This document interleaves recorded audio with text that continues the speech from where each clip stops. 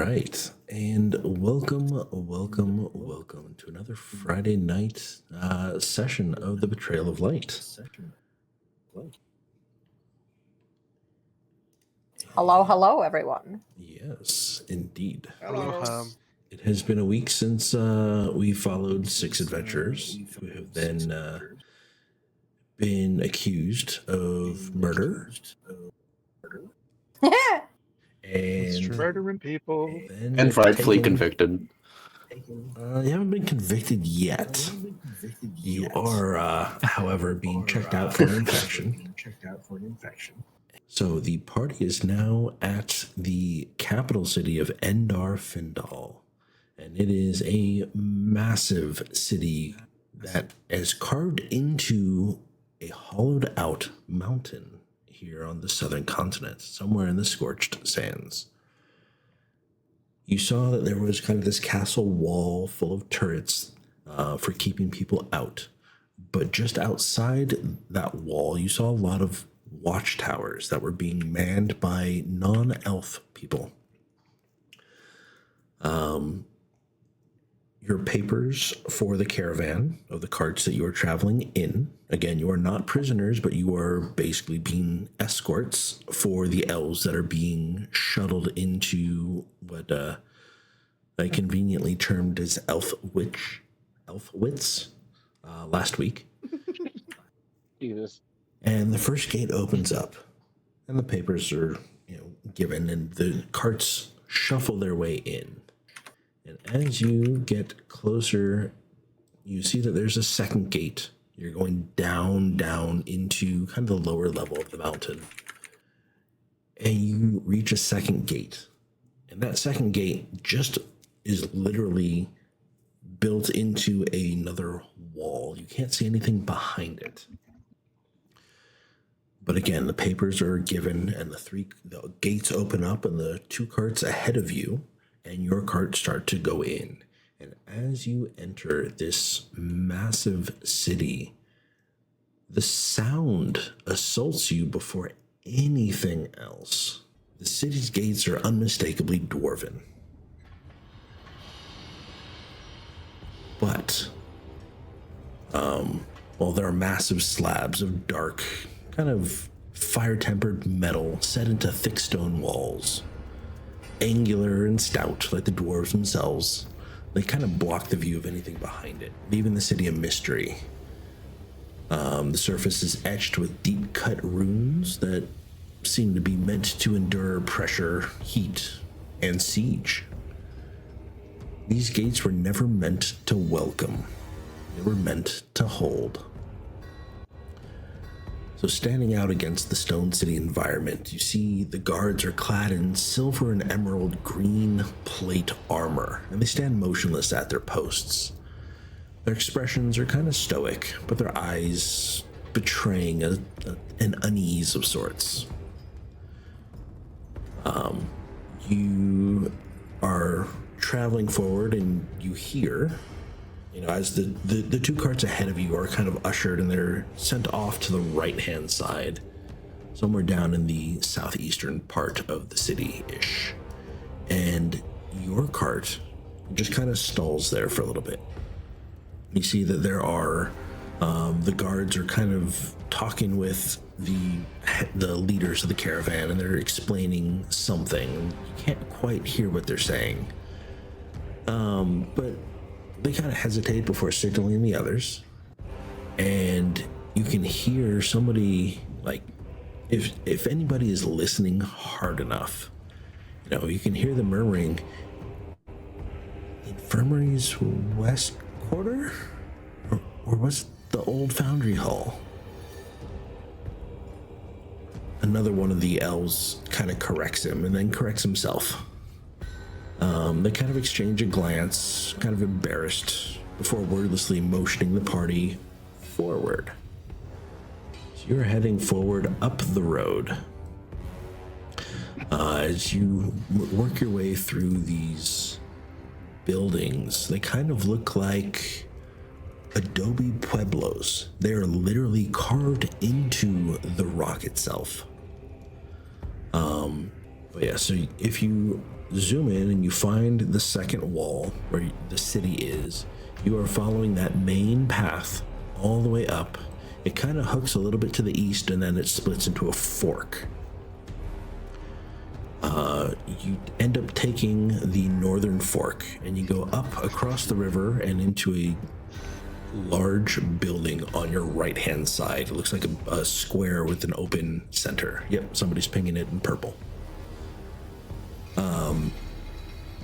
As you're going across the town, you see that the city is all stone right angles. There's wide halls meant for caravans, not really for foot traffic. The buildings have low ceilings, and the elves now, as you see them coming in and out of the doorways, they have to kind of lean over, bend over to make sure that they can fit through the doorways. Because elves fill the streets, but they don't belong to them. This is a place where elves are... You can tell that this is not their home. This is not where they've grown up and become accustomed to. I do have a question just to make sure I'm hearing you right. Yeah. So the elves in the place we just came from were being rounded up. Are they all in chains here? Are they actively just like let loose in the city? Here you only see elves, and they are walking around free as free could be. Okay. That's what I was double checking. Make sure. Once again. All right. So like we're just Would I say what? saying is like we're walking in and we see a whole bunch of elves walking around, but they're still kind of in like a concentration camp kind of situation, right? No, this is now become the elf city. There are no guards walking around making sure that they're here. It's once you're inside the gates, you see almost nothing but elves. This is the quarantine area. All the elves are being rounded up and deposited here. And you don't see anybody that isn't an elf here. The square building, yes. Just across the bridge, across the river. So the square building there is where you guys are. So as we're walking through all of this, by the way, you're still in the cart, but yes. As we're coming through all of this, as soon as we pass through that first gate, I reach into my pocket and I pull out this small little, almost like corn husk doll type poppet from my pocket, and I'm just kind of holding it and like rubbing my thumb on it and just like staring at it, like almost zoned out and contemplating. Okay. So it's not like a voodoo doll; it's just something like a comfort doll. Yeah, pretty much. Okay. Okay. But as you guys pass by that the major fork that's got the 3 different directions you can go, you can kind of catch a glimpse of there are some kind of shimmering silk tents that are kind of erected in the plazas, once meant for kind of trade wagons or forage markets or some sort of bazaar. But their colors are not, Talion, you would know this, but their colors are muted, almost as if they're just covered in a layer of dust and smoke. Their fabric is strung awkwardly between iron rings hammered into the stone, and it looks like it's not meant to hold these silk fabrics. They're meant to hold something else. Okay. You guys all notice that there are some elven children, and they're staying close to their elders. Their voices kind of echo. It's like they're not used to even talking in a place like this where sound just carries. As you guys are start to cross the bridge, the air starts to smell a little differently. There's sharp medicinal herbs, and kind of soot and smoke that I don't think any of you are really used to. This place smells of industry. It smells of burning things and fire and metal and oil. Do I recognize anything here, or does this trigger anything? You Especially the sounds and smells. Nothing sounds really apparent to you. Nothing sounds familiar to you, should I say. Yes, there is clanking and banging and metal on metal crashing, but it's not what you would consider familiar. Okay. Can you to let us know like how the elves in the area are looking? Do they look downtrodden? Do they look tired? Do they look fearful? They look tired. They look unaccustomed to this area. A lot of them look lost. Some of them seem very dejected. Some of them seem very defiant. Like they're just mad at the world. Some of them just look like they're trying to make the best of their situation. You see kind of a mix of all different walks of life. Nobody really sees anyone that they're familiar with. I know there are a couple of you that are looking for elves. I know there are a couple of you that know elves. But there's nobody that really stands out, no familiar faces. You haven't seen much of the city. You've just been kind of carted through the middle of it. You cross the bridge, and this large building to your right it looks like an armory. The makeshift infirmary does indeed occupy a former armory. Warehouses, counting halls. As you are led outside, you see that there are places where anvils once stood inside the building. The cots now line the walls. The city, it really kind of feels line the walls? Cots.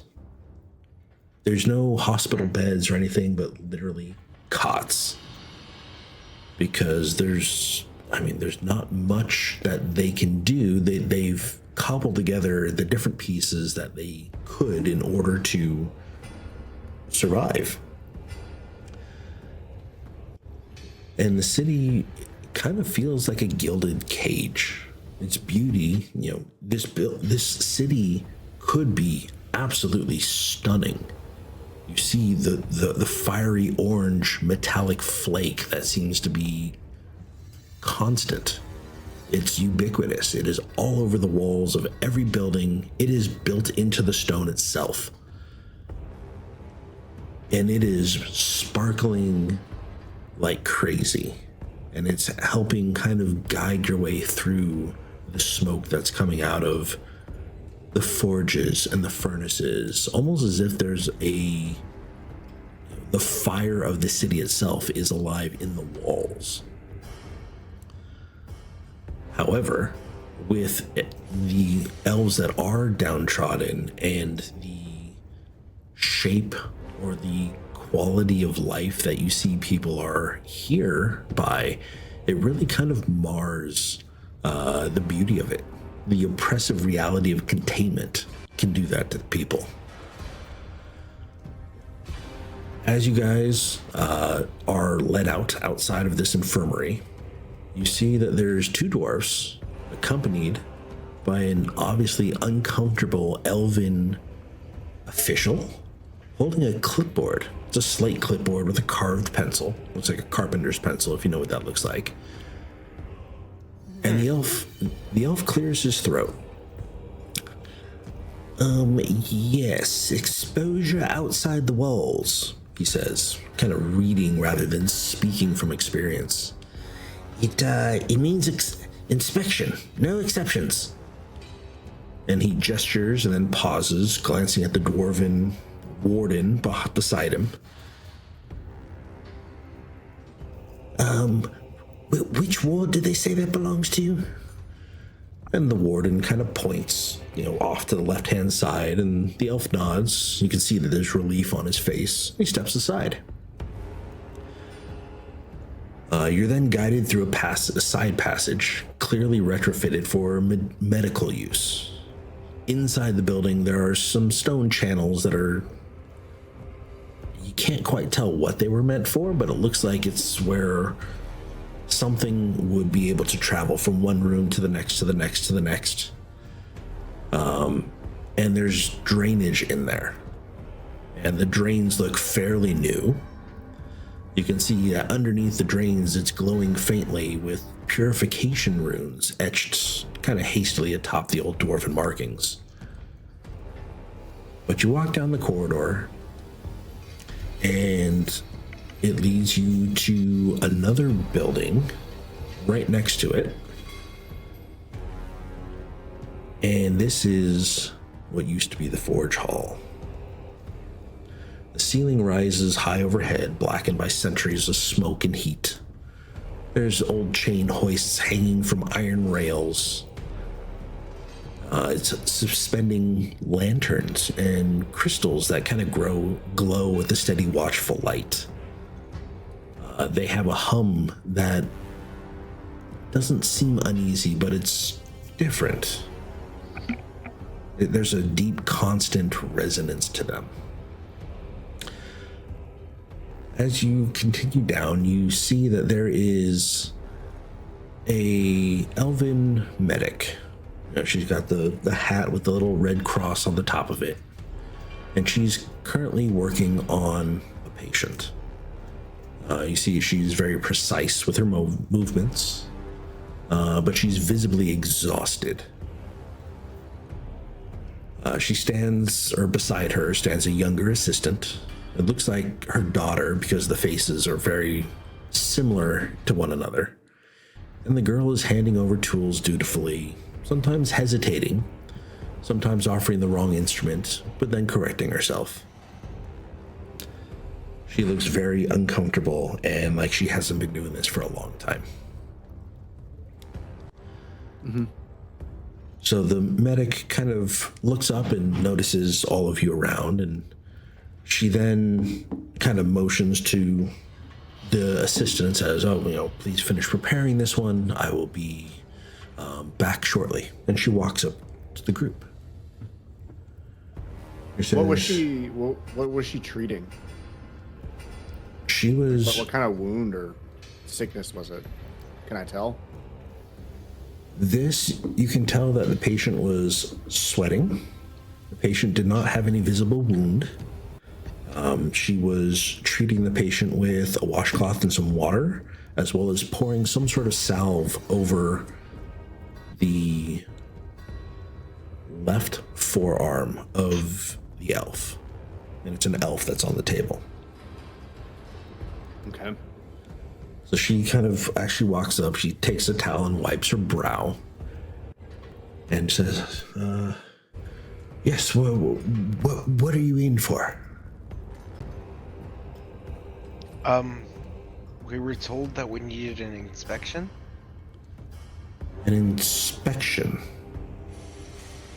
Could you be any less detailed? And I step forward and pipe up, and I just basically go, well, you see, we were in this place, and there was an elf that was, acting all weird, and this one over here stabbed him, and his blood just kind of like floated out and splattered all over everyone. And so now, as you can see, and I just kind of gesture to those of us that didn't clean it off or didn't get it off completely, now we need to be inspected. And at the mention of the elven blood, she just she's trying her best, but you can see that she is taken aback and just kind of flinches.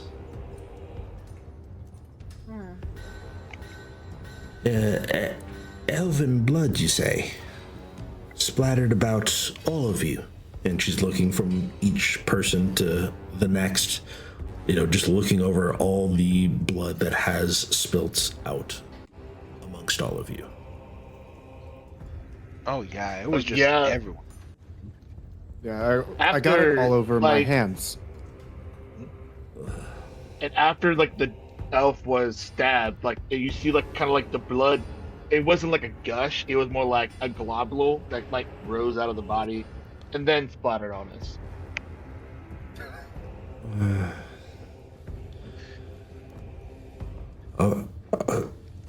And you can tell she's having trouble with her words. All right, come with me. And she'll, one at a time, please. And she'll take she'll offer her hand out and kind of motion behind her to whoever is going to take the first. I'll go first. Okay. So, Talion, you kind of follow her and she says, oh, the rest of you stay here, please. I'll be right back. We need to keep the room as cleanly as we can. So she, kind of walks you back to a back room. And she takes you to the room. She offers you a seat in a thick but short stone chair. And the examination begins without ceremony. She takes out kind of a silver-colored powder and mixes it with water. And wherever you had the blood that's exposed on your skin, she's dabbing and kind of cleaning it with this silver powder and water mixture. You can see that she's watching very closely. She doesn't seem to get any sort of reaction from it, or none that you can tell. Mm-hmm. And the water seems to kind of run clear off of your arm, your leg, your neck, your face, wherever it was. And there's questions that follow. As she's doing this, she's giving you these questions. Do you have any pain? Mm-hmm. No. Fever? Not that I'm aware of, no. Dreams? No, not really. Nothing more than usual. How about disorientation, memory lapses? Are voices heard where none should be? No. Alright. So tell me what exactly happened. And you could tell her voice kind of changes, becomes a little softer.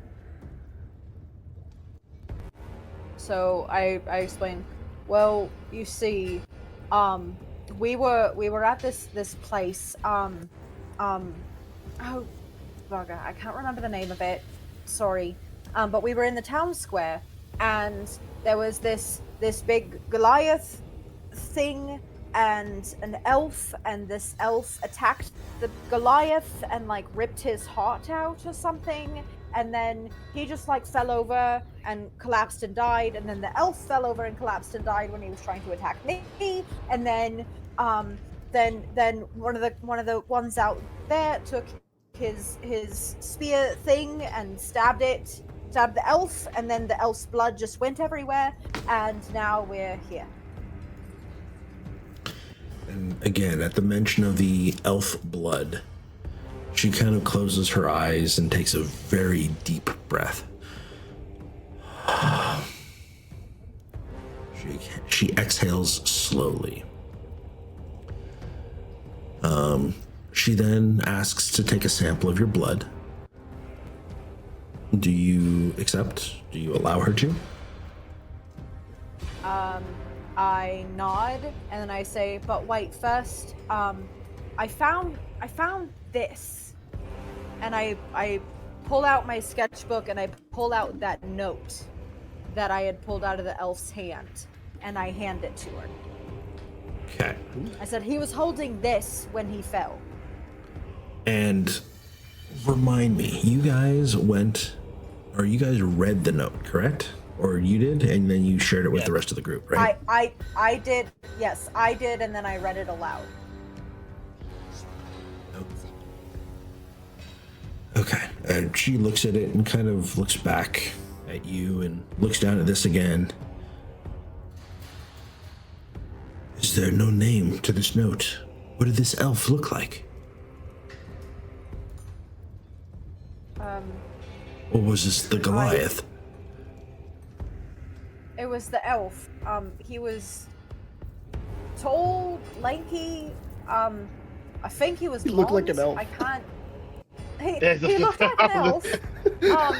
He was almost kind of frail, lanky, I think. He had kind of shaggy blonde hair, if I remember correctly. I don't rightly know. Honestly, I'm sorry. I don't know his name. We didn't get a chance to ask anything because they both just died. Oh dear. Was he old? Was he young? He seemed decently young. Is that me? Are there any other details you can give?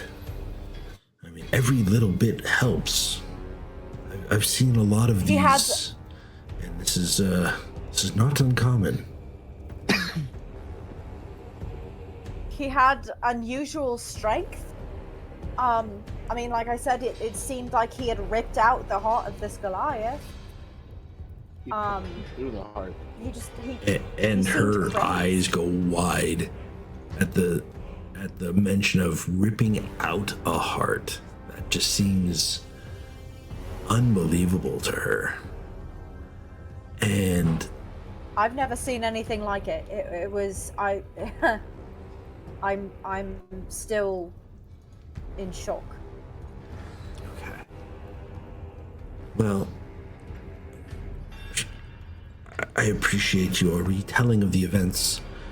And she starts to take her blood. Right? She inserts the needle, pulls, a vial. Not a lot, but just something that she could take a sample of. And then she waves her hands, and you can see that there were wards that you didn't quite notice. Runes, like runic symbols that seemed to drop or seemed to kind of power down. And you can see that there is kind of relief in her shoulders. Her breath kind of steadies a little bit. She hands you a token. And she says, well, I must test the others now. But thank you again. If you would mind waiting in the waiting room that you came in from, I will try and get these done as quickly as possible and get you and your friends on the way. All right, then I go back out to the I thank her very politely, and I go back out to the waiting room where everyone else is. All right, whoever wants to go next, back I can there. go next. No. Okay. Well, then she will lead you through and say, mind your head. The doorways here are low enough for us. I can only imagine how difficult it would be if you bumped your head on that. And she takes you back to... And Go ahead. I was gonna say, I thank her for the warning in Elvish. You speak Elvish. Yeah, there is a couple elves in my commune who taught me how to speak Elvish. It was awesome. I speak the language of the Elvish people. Are they safe? Gets us every time. Hey, sorry, say it again. Sorry, there. She looks at you in surprise and says, are they safe? Your elf friends. Fortunately, I mean, they left my commune a few months ago and disappeared. I don't know where they are. Well, you might find them here. Although it is a large city. Maybe I know them. What are their names? And I give those names to the Elvish medic. Windwake. I can't say I know. And I give him a little bit of description of what they look like as well. Okay. No, it's not ringing a bell. Windwake. No, I couldn't even begin to tell you where to even look. There's so many of us here. I thought we had a lot in Tivakris, but this is unlike any other. It's like they've rounded up all the elves of the world and brought them here. Well, anyways, on with the examination. And she pulls out silver powder and mixes it with water and starts dabbing your skin where the blood has contacted. And you can tell she's looking for something. She says, oh my, your hands, they're really smooth. Do you moisturize? Yeah, I moisturize my own salts and my own soaps, and I make everything all natural. You make your own product. Yeah. Well, not on the road, but back in my commune, yeah. It's my side hustle. Side hustle.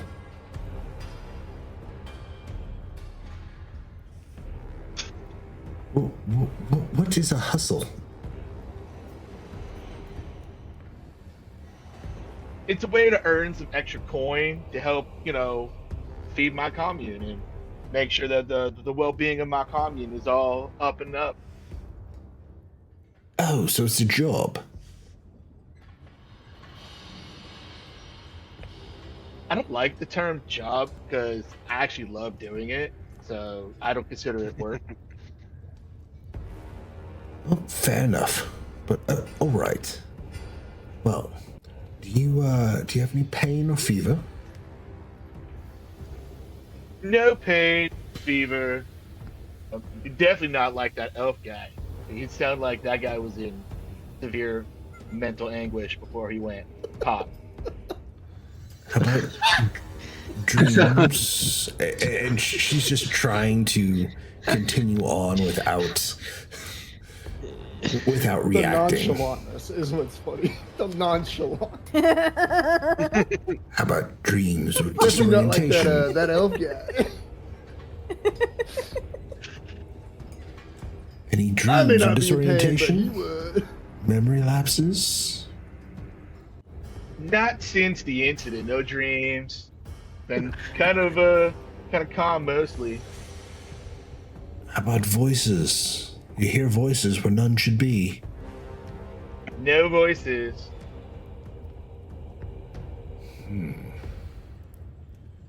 I will say though, I'm familiar with somebody's mind being dominated by another personality.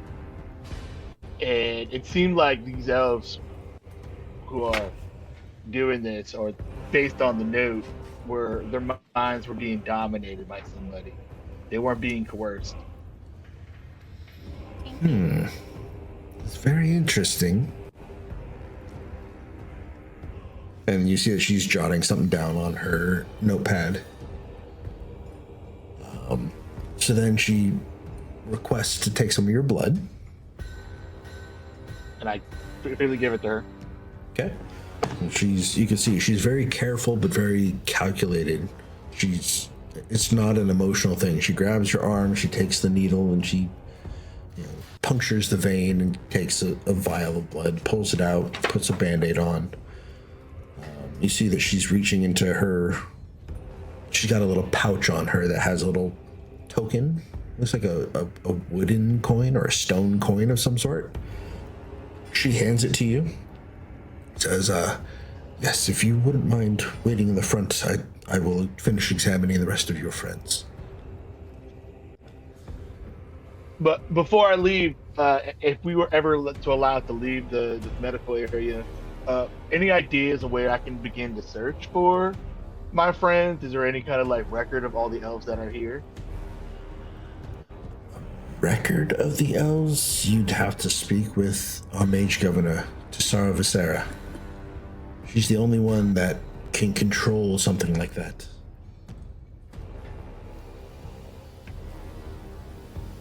Can you put that down in the chat so we know the name? Yes, I will put that here. Right on. Well, peace be with you. I'll go wait over out here with the rest of the people. And you as well.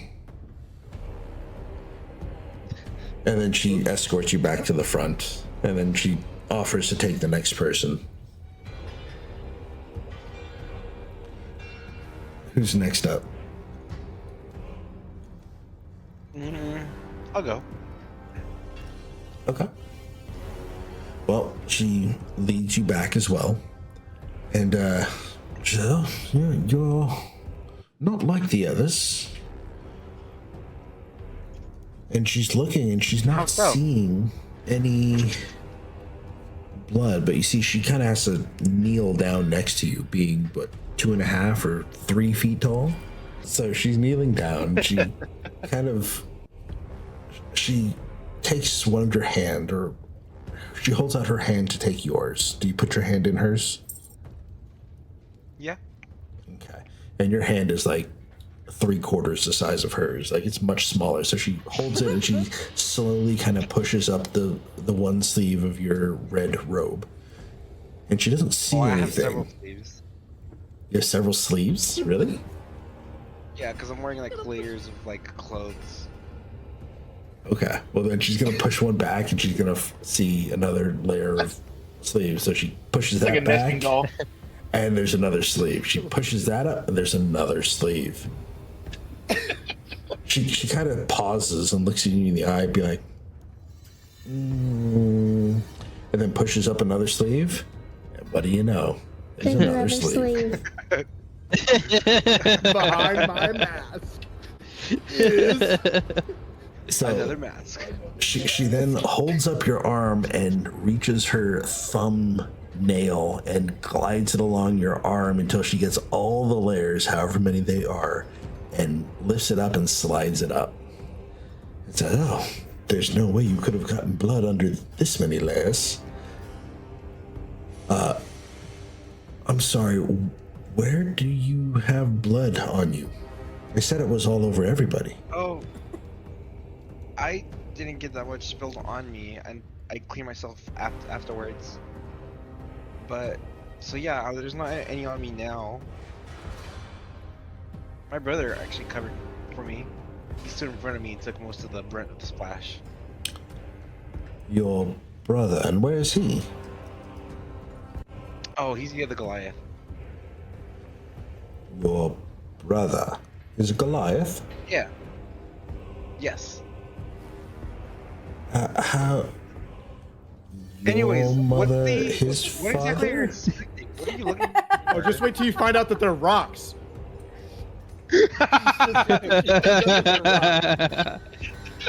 Her mind's gonna be blown. What exactly are you looking for with this inspection? I'm looking to see if there's any signs of infection, disease, plague, any abnormalities. It has, this sickness that has been infecting our people has been elusive at best and completely undetectable at worst. But we are trying to figure out what it is and who it affects. It seems to be random. Oh, I see. I thought maybe you knew what it was. I guess you're still trying to figure out what it is. If we knew what it was, this wouldn't be an issue. We would be done with it. We would have cured it and nothing else would come of it.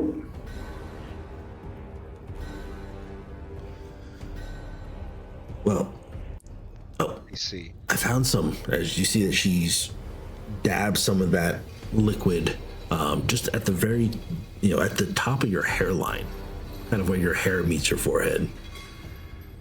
Says, do you have any pain? Any fever? No, not really. How about dreams, disorientation, memory lapses? Not any abnormal ones, if that's what you mean. How about hearing voices when none should be? Nope. Now, everyone has had a different, shall we say, recounting of what happened. Would you mind telling me what you remember? Every detail counts. Well, my brother and I had just arrived into town, and we saw this Goliath, which we really haven't seen any of the other Goliaths outside of our tribe. So we wanted to say hi to him, maybe ask for directions, because Goliaths aren't common in this area, I assume. And we did follow him, we ran into these other guys, and we all just like kind of witnessed him getting stabbed in the back, kind of like with a knife, but like it went deeper than just the knife. Like his whole hand went into his back, and like straight into the heart. His hand went Yeah, through the was Goliath's surreal. back and his heart. Trust me, I wouldn't have believed it had I not seen it myself. And he Your was friend said there was behaving- strength, but that's unholy. He was behaving erratically. He saw us and he screamed. He didn't say anything, he just screamed.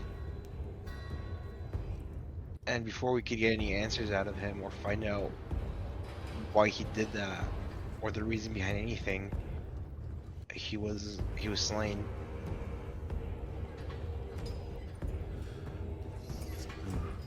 Wow, that's... Well, Which is why thank my you for that character's story the way information. that I am. This is quite troubling. And you see that she...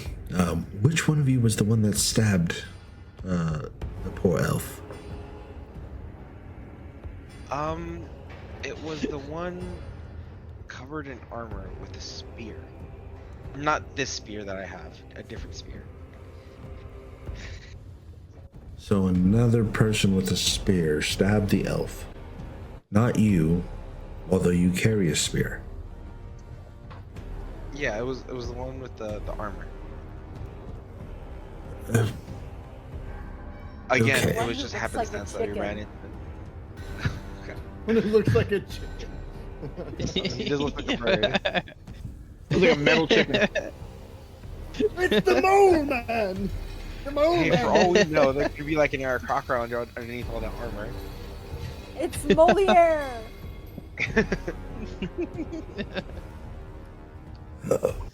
All right. Well, thank you for your retelling of the situation. You've given me many more things to note. And you see that she is jotting things down on her notepad, and she then asks to take some of your blood.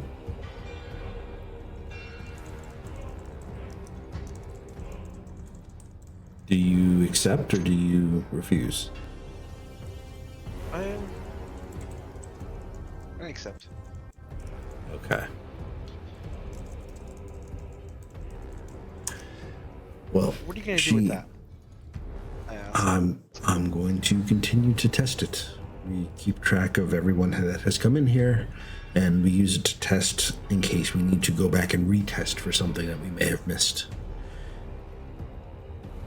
And you can see she kind of points to the back wall of this room, and there's a small little slot that you can set things in, and it goes to the next room. But she kind of lifts you up a little bit by putting her arms underneath your armpits and holds you up so you can see through it. And you can see that on the other side of the wall, there are just floor to ceiling shelves of cabinets that they're kind of glowing. There's some sort of magical barrier on these shelves.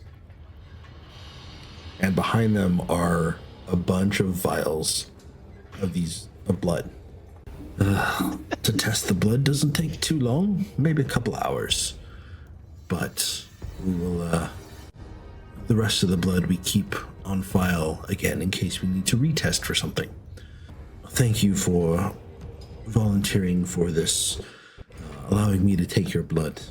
I will need to continue testing the rest of your friends. Right this way, please. And she will motion towards the front where she took you back from. So with Valor coming back to the front, there are how many? There's 3 more. So who's next? Yeah, I'll go next. So Dorok? I figured Dorok would go next. Dorok. Yep. Okay. Well, she looks up and says, "You're the brother." I am.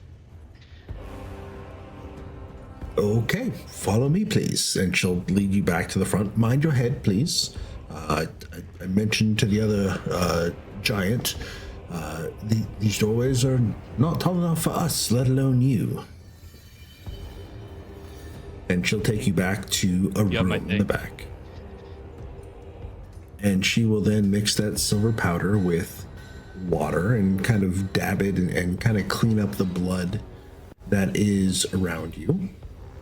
You know, on your, I guess at this point it's most of your chest, maybe some of your legs, anything kind of outside the loincloth that has been exposed. And she repeats the same questions. Do you have any pain? Any dreams? Any fever? None. Disorientation? Memory lapses? Can't think of anything. Do you hear voices Nope, none of where that none either. should be? Just my brother's voice when he messages me. Messages you? You mean like hands you a note? Yes, messages me. No. He speaks directly into my mind, of course. And you can tell that she's like, what? You say he speaks in Yeah, your he- mind? Yeah, he uses his magic. He goes a little bit like this, boom, boom, boom, and then boom, voice in my mind. And then I can shoot my voice into his mind.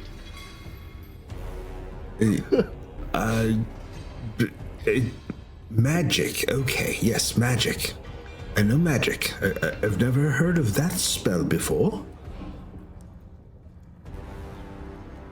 Ah, yes, I believe it's called message. It's a very simple message. I mean, it's very aptly named. So, tell me, how do you and your brother, how did you come to be? Is it your mother and his father? Oh, no. Valar is part of the Stone Fury tribe of by feet and by heart, but not by blood. His parents are very, very good, dear friends of my parents, and we took him in. Oh, okay, that makes much more sense. You had me quite confused there for a minute. So you are not blood relatives? No, but I like to think we look alike. Oh, absolutely. I could very clearly see the family resemblance. I was just curious is all. Dorak's gonna like beam at that. He's gonna look pretty happy at that.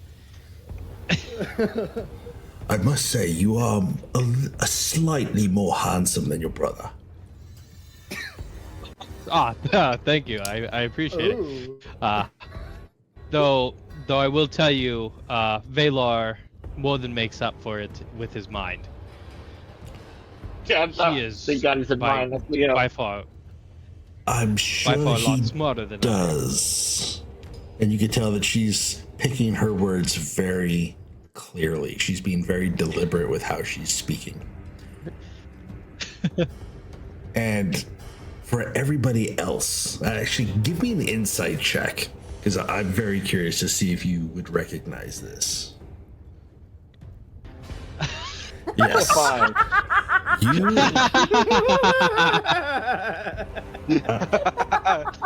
I'm going to tell you all Fair. as players, but Dorak himself does not understand this. She is just, okay, yes, let's just placate him and get him out of here, because he's not the smartest, he's not the sharpest tool in the shed.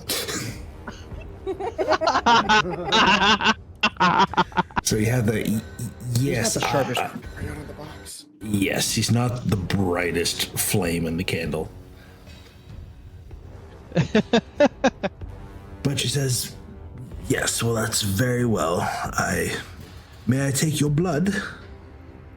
I must use it to run further tests. Did Baylor let you? Yes, he did.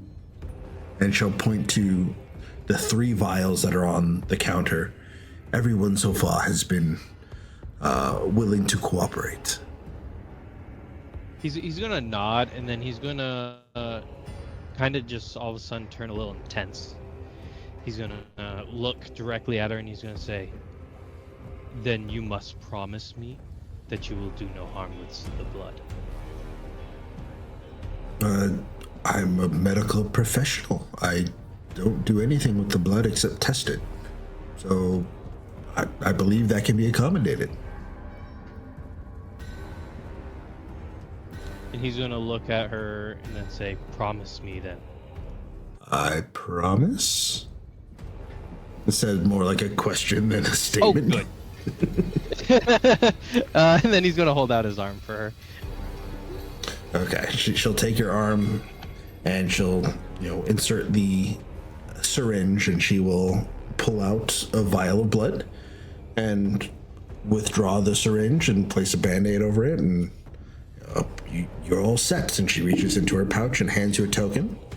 It says, if you wouldn't mind, please wait out front with the rest of your friends, and I will finish with the final 2.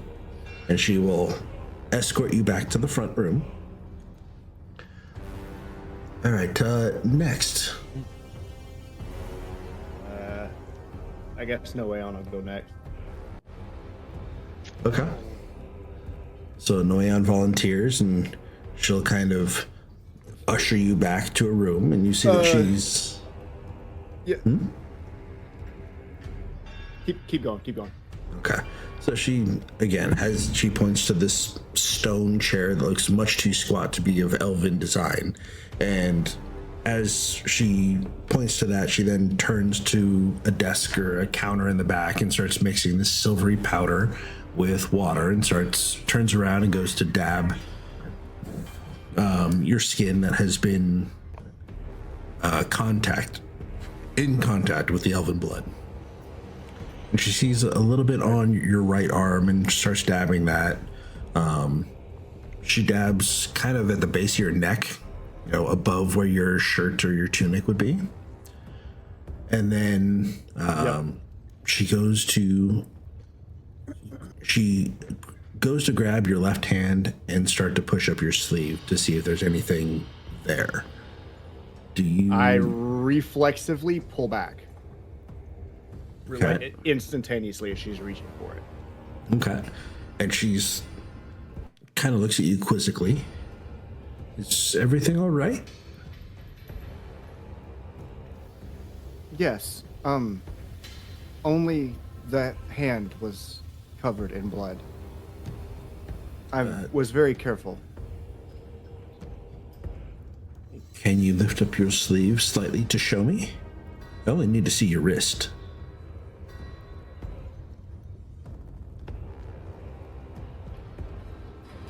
It's going to be a very long 5 seconds. Okay. And I will slowly myself pull it back just enough to show the wrist. Okay. Well, is there enough showing to see what there is there? Nope. Okay. I won't. Okay. Well, you see her kind of bending over just a little bit to see more of your wrist, because she's looking for blood. You can tell that she is trying to do her job. But you are super careful and you don't show anything more than your wrist. Correct. And she doesn't see there's no trace or no speck of blood on the back of your palm or anything like that. So she seems satisfied with the fact that there's no blood, or she doesn't think that there's any blood on your wrist. So you slide the sleeve down. And Can I tell what the silver powder is without asking? Would I have any knowledge? give me a Medically, what it could medicine. Give me a medicine check. Awesome.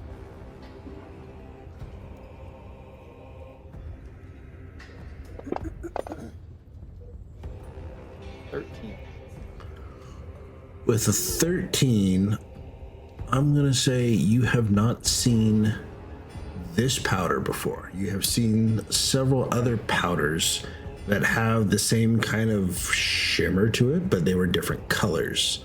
So you don't know what this one is for, because those powders are used for multiple different things.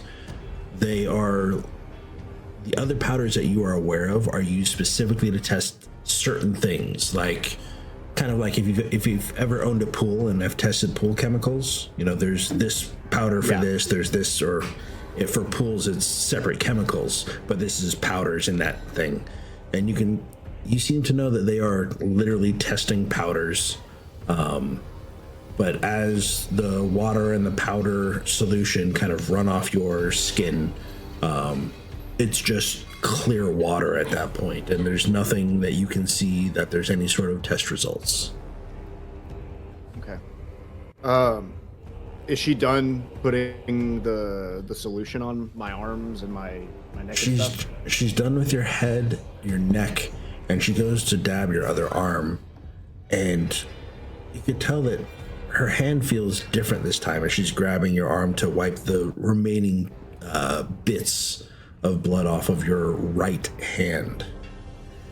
And she goes, "You have very interesting skin.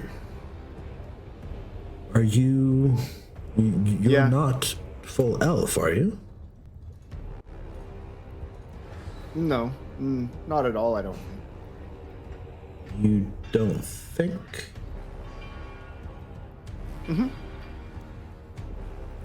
And I'm giving her a blank stare.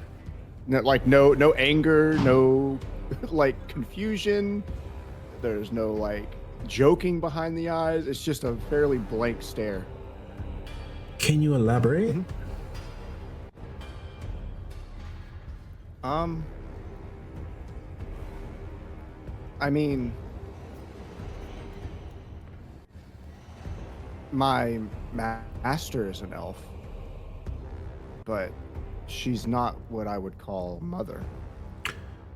Are you owned?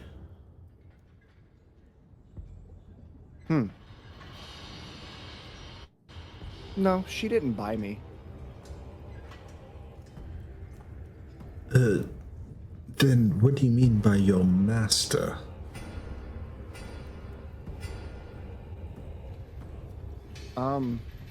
Well, she's a doctor. And I am a doctor too. Does that make me your master? No. And I don't know how this lady's gonna feel about it, but I'm giving her very short answers, and I'm almost sound proud that I'm able to give answers like this. Okay. No, she is being like, she's genuinely questioning you. Okay. You can tell that she's very interested in trying to figure out what you are and what that means.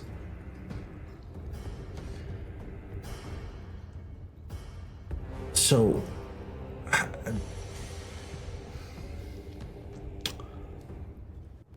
please explain to me what you mean by your master. But you're not an owned, you're not a slave. You're not fully elf. Like, what exactly are you? I'm Noeon. And she taught me how to treat people. She? Mm-hmm. What was she a doctor of? This question stumps me. It takes me a minute to answer. People. You say she taught you how to heal. Yeah. Kind of like what you're doing, though this isn't a lot of healing. There's not much to heal on me. So I don't know why you're doing this. Well, I'm testing to see if there's anything that needs healing. No, I'm pretty good. I take care of myself every day, so I should be okay. All right. He's beaming when he says that. It's crazy. There's a third snort in the matter of 20 seconds.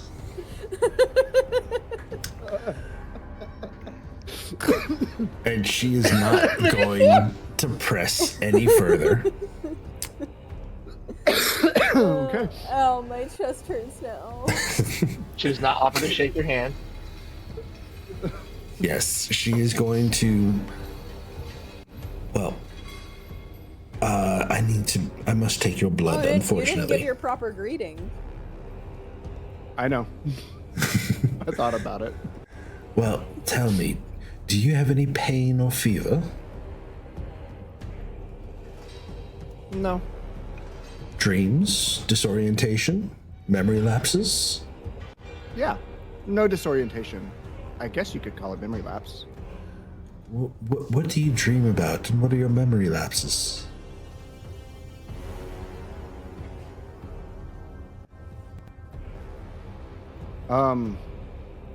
Well, there was a fire, and then the other old lady doctor,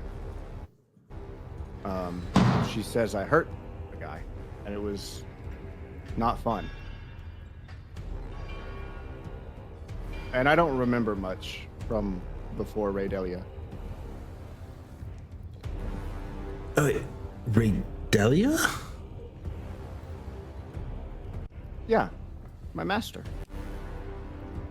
Delia's your master. Yeah. Do you know her? I've heard the name. But she left Tivakris a long time ago. No, she left to go to the... No, it was recent. She left for Dumbarakin.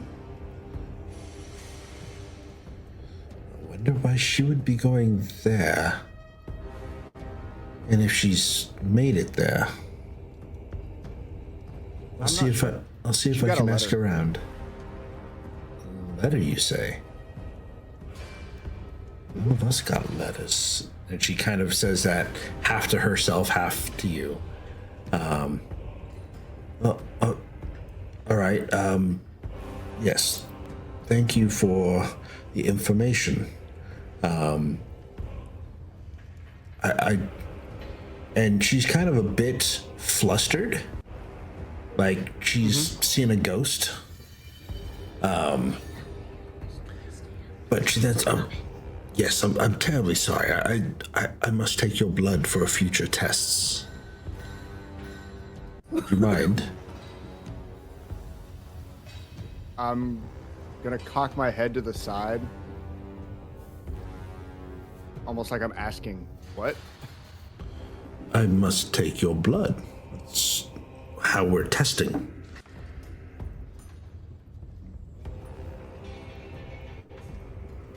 Hold an arm out for her, the right arm out for her, I guess. Okay. And she grabs your hand and pushes the sleeve back and takes her syringe and injects it into your skin. And what comes out is not red. It's kind of a greenish yellow, thick like honey. Well, that's odd.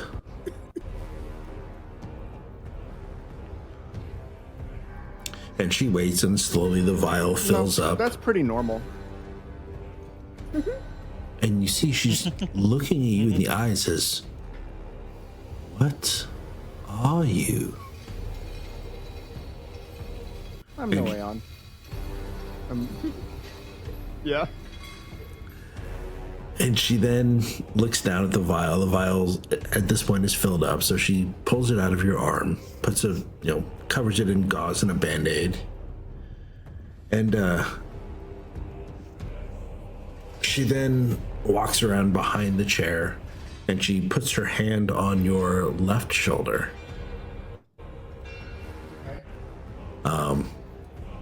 And she kind of reaches down, over the top of the chair, over the side of the chair or whatever. And she's listening. She's like feeling your shoulder, your neck area, just kind of like not poking and prodding, but almost like massaging. Okay. And she reaches down and tries to pull your sleeve up again. Give me a sleight of hand. And if you can beat a 10, shit. if you can beat a 10, you will notice and be able to do that. So yes. I might be okay. Yeah, it's not a tough difficulty check. I'm just curious. And yes. Fine. So, Dirty 20. so how do you stop her from doing that? Do you quickly kind of lurch forward and clamp your hand over your sleeve? Do you swat her hand away? Do you pull your hand away? How do you do this? As she goes to reach, I'm gonna be kind of, I guess you could say, nonchalant about it. As she goes to pull the sleeve back, I'm going to move my body in the same direction and turn to face her. And deadpan, say nothing. Just look at her in the eyes. Is she able to grab hold of your sleeve and you just move along with her? Is that what you're saying? For a brief second, I'm gonna allow her to be able to touch and grab the sleeve, but she's not gonna be able to lift it up. Well, she's not going to be able to slide it up your arm, is what you're saying. Correct. Okay. Correct. Well, but as she does that, she actually lifts up and is able to catch a glimpse of a glint of something. Mm-hmm. Yep. Which is fine. And she almost immediately lets go of the sleeve, letting it settle back down. And she kind of gasps, and her hand leaves your shoulder. Her right hand leaves your shoulder and puts it over her mouth.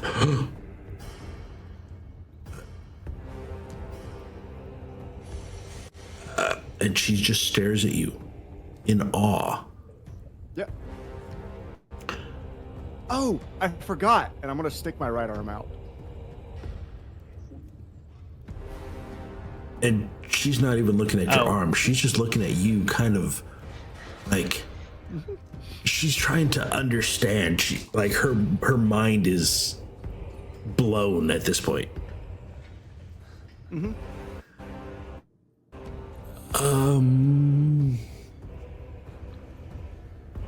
And she starts to kind of takes a small back step.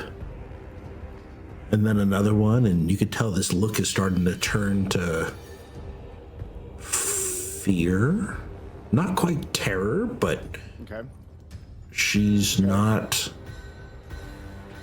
It's like the first time you come face to face with something from the unknown, and you don't really know how to react to it. But you could tell she's very uncomfortable and starting to back away from you. I'm going to, with my arm outstretched, I'm going to look down at my own hand and recognize the kind of look she's giving me. A look I've seen on many a face in the last maybe year or so. Mm-hmm. And I'm not even going to say anything. I'm just going to walk towards the door back to the waiting room. All right. She's just kind of, you see her head is turning and her body is turning. And she follows you out, follows you up to the front of the infirmary.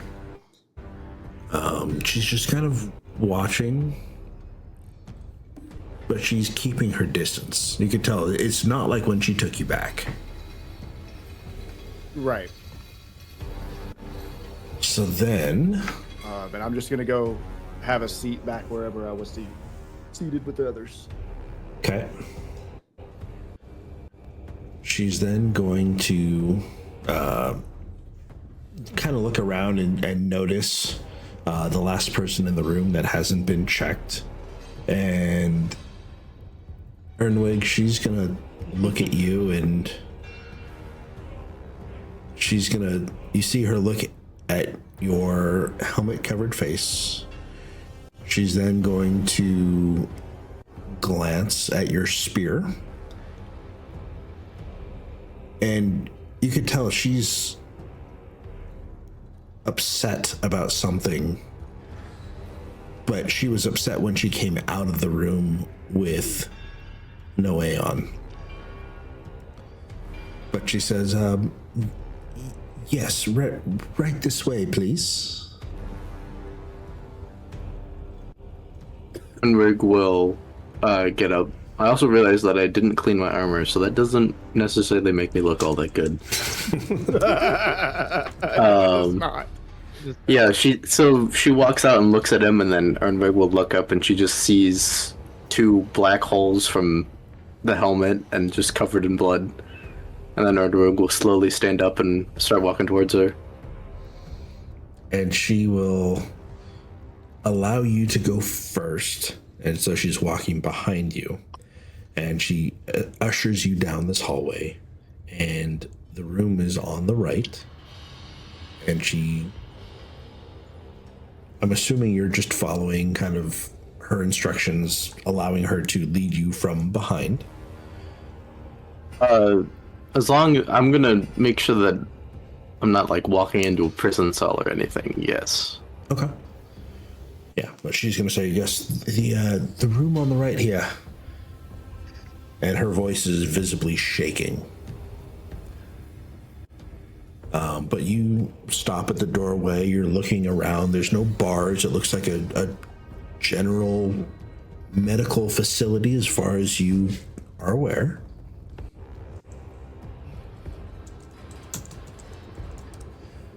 You can see that there's a stout stone chair in the middle of the room. There's counters and cabinets on the back wall.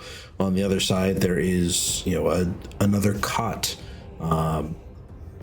There is a cat out of the cabinets. She then walks past you and pulls out the silvery powder and fills up a bowl with some water, mixes the powder with the water, and turns around. It says, do you have any skin that was afflicted by the blood? And the whole time she's just looking at your spear, not at you.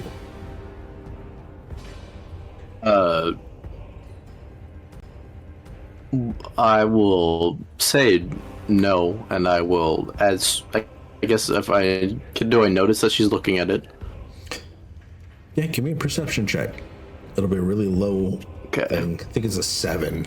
I'll give it a 7. Because she's being fairly obvious about it. Yeah. Is that an innuendo? No. The spear that's slung on his back, covered in blood. And I will, if I notice that she's looking at it, I will just take it off my back and hand it to her. And she kind of holds her hands out and shaking them side to side like jazz hands. No, it's all right.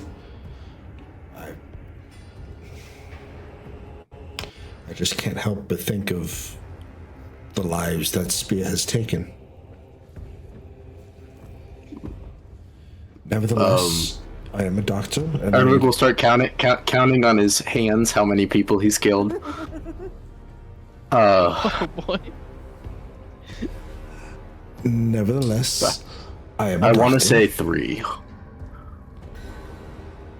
Although I do think the elf was dead or dying. My goal was to cease any suffering and any threat to others.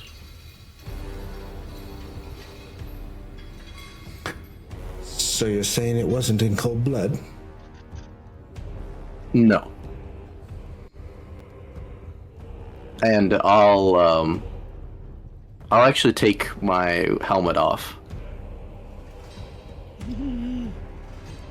Okay, give me a persuasion check at advantage.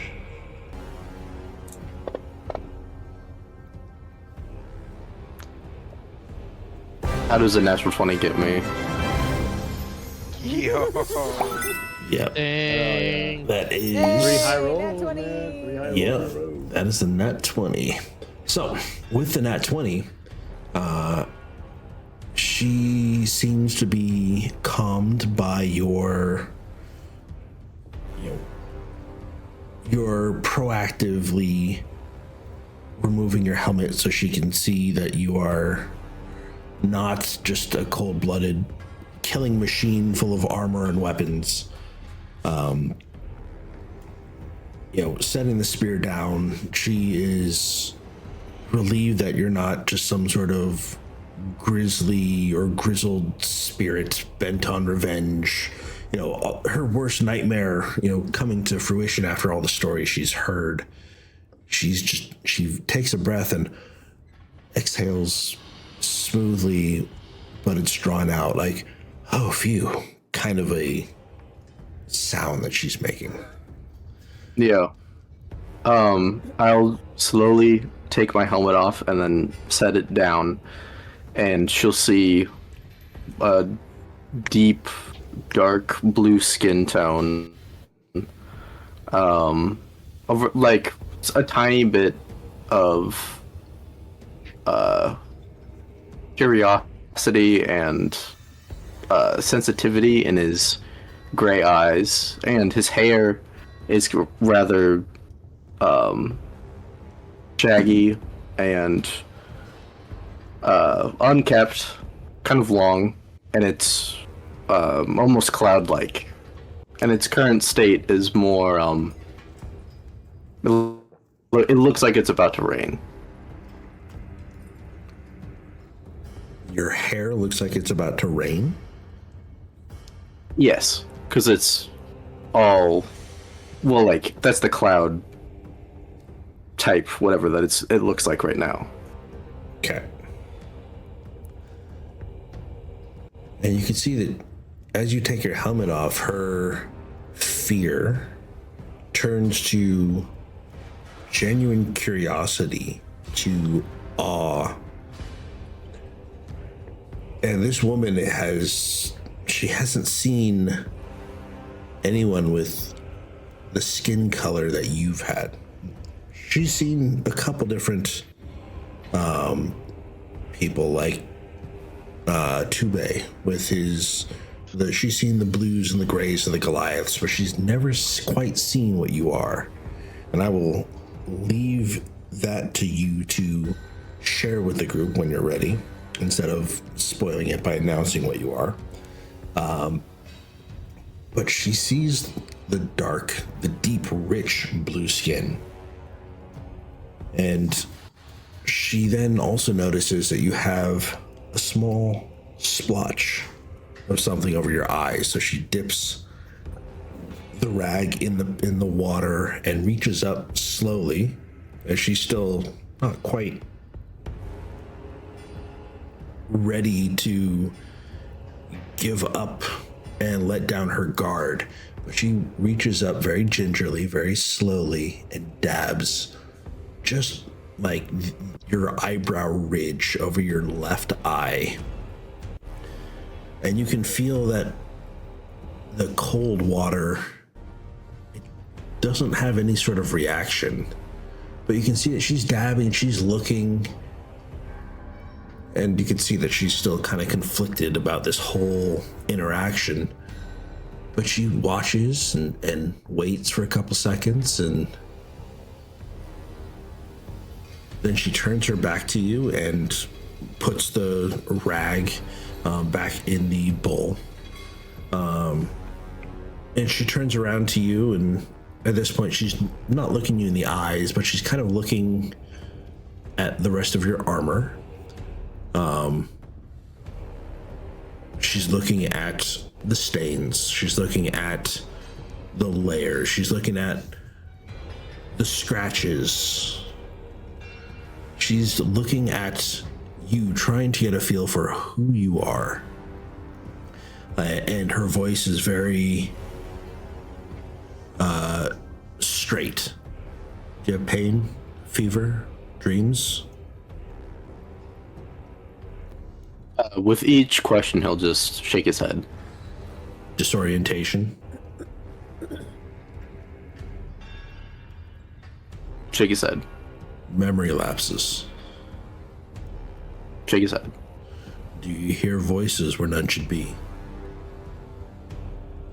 Shake his head.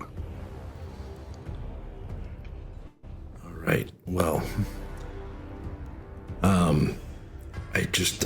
I need to take your blood. May I have one of your arms, please? As she picks up a syringe and an empty vial and connects the two.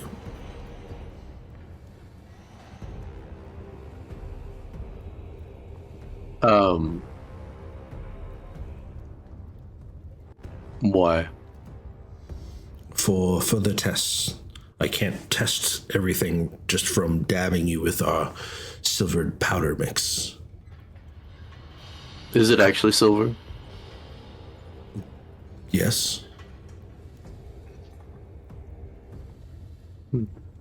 Interesting. How long will this test take? Probably about half an hour to an hour. And will you return or provide evidence that any materials I supply you are destroyed? We won't destroy it. We always keep a small sample back in case we need to test for further afflictions.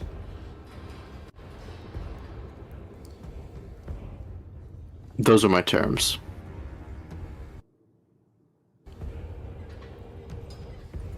That's fine, but you won't leave here with a clean bill of health unless I can test your blood.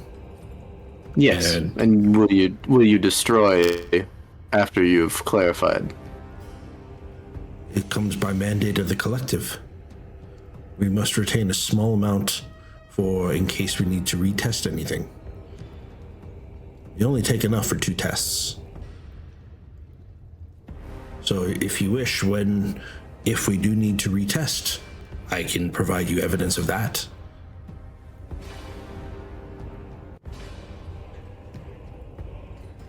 I'm worried about bewitchment. You spend enough time north, you'll know not to trust witches and sages and whatnot. There are no witches here that I'm aware of. But I don't know what you mean used in bewitchment. I've never done that. I mean, I'm a medical professional. Everything I do is strictly using tests and materials.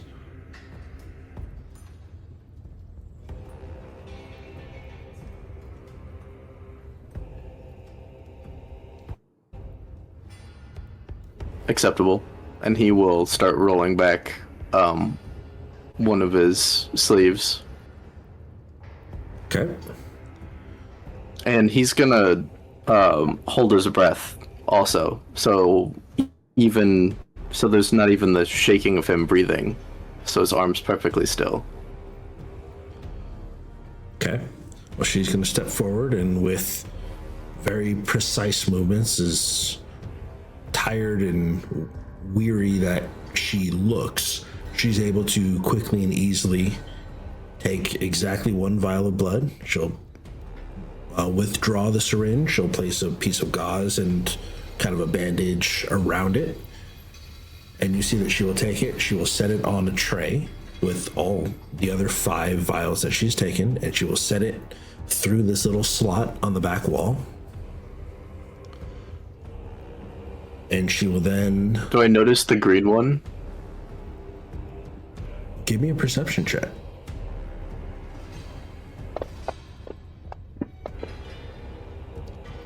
With a 9, no, you do not. Okay. So So she will place that on the slot and slide it through, and she will then turn around and say, you may retrieve your weapons and your armor. And she reaches into the pouch and hands you a small little token. And then she reaches into her pouch and hands you a second one. Says, for your friend who was in before. And she will then motion for you to exit the room and go back towards the front office. Okay. As I'm about to leave and like literally at the door and starting to put my helmet on, I'll pause, and if I had my way, he would have gotten a burial. And then I'll leave. Okay. You don't hear a response.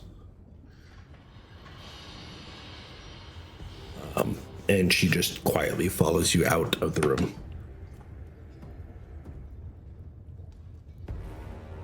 Okay, and then I'll head over to Noeon. Okay. So you guys make it to the front of the room, or the front of the building, should I say, where everybody else is waiting for reception. And, you know, if for anybody that has decided to look at the token you've gotten, they're basically a plain, functional piece of stone. It's a very lightweight, kind of a slate that's got kind of an elven, or excuse me, a dwarven rune kind of carved or etched into the middle of it. However, it has been stamped with these weird looking sigils, Intalion and Tube. You guys, and Noeon, would all know that they are elven sigils that look slightly misaligned, kind of as if they were forced to fit onto these tokens. As you all stand up to kind of meet Ernwig as he's coming back into the room, you hear the medic say, you're cleared temporarily. Welcome to Endar Findal.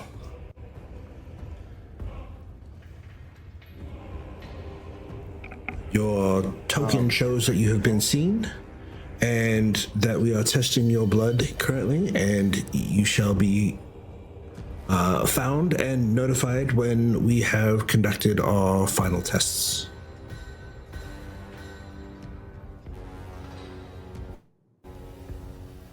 I thank her quietly, and I pause for a moment and before walking out, and I turn towards her, and I tilt my head for a second.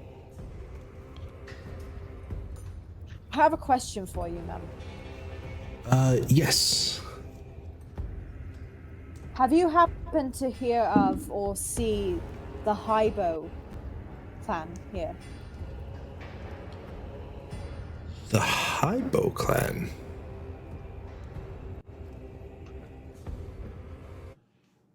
Mm-hmm. You mean the... And you can see her thinking. Highbow clan. And she's looking at you. And you can see she's scanning your face. She's scanning your arms. She's scanning your entire getup. No. The Highborn have been dead for years.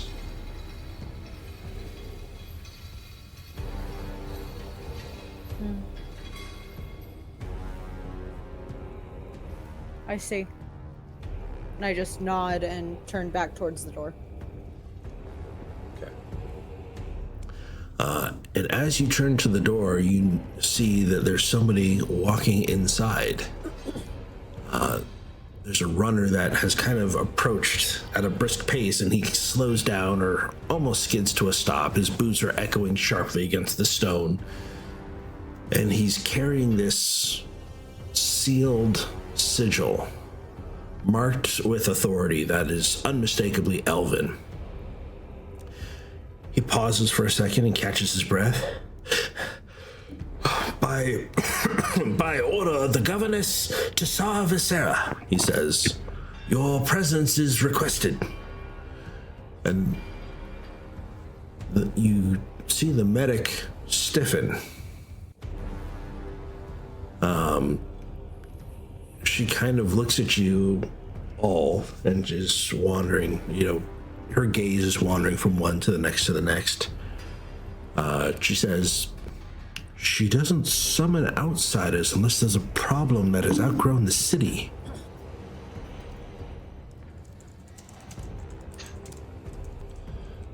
And I just kind of look at the guy and was like, whose presence is requested? The 6 people that have been brought here under unfortunate circumstances. Ah, shit. And I just kind of turn and look at the others and... Alright, well, at least I'll go. I need to have a word with Miss Viserra anyway. And the medic says, do they have time to wash up? They shouldn't meet the governess unless they're properly attired.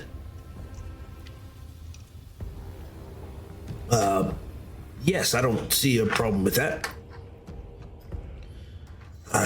If you wish to wash up, you can use our washroom right here. And she's motioning to all of you. And I do so because reasons. Okay. Does anybody else And she's asking us to wash ourselves, right? Well, To wash up, right? Yeah. I offer everybody soap for my stockpile. Well, I mean, Yeah. didn't we already wash ourselves up? Nope. Some of y'all did. Some of you cleaned up as best you could, but you didn't have soap. Dorak will kind of like go over to Tube and be like, this, you made it yourself. Yeah, I made it myself. It's with seaweed and conch. Conch. Can I see it? And I hand it over to you. He's gonna like It's actually in the look at shape it, of a he's conch shell. Oh. He's gonna smell it and he's gonna be like, smells like the sea. Do you have anything that smells like the mountains? And I go and look at my satchel or my supplies, and I pull out one that's in the shape of a pine tree. Ooh, It's nice. like, I have this one right here. It just smells like mountain pine. Oh, that is perfect. Thank you, my friend. Can I give you something in return in the future for this? No need. I mean, we've already, traveled together, and, what's mine is yours. Thank you. I appreciate it. And I'm gonna Seeing their Bella, look.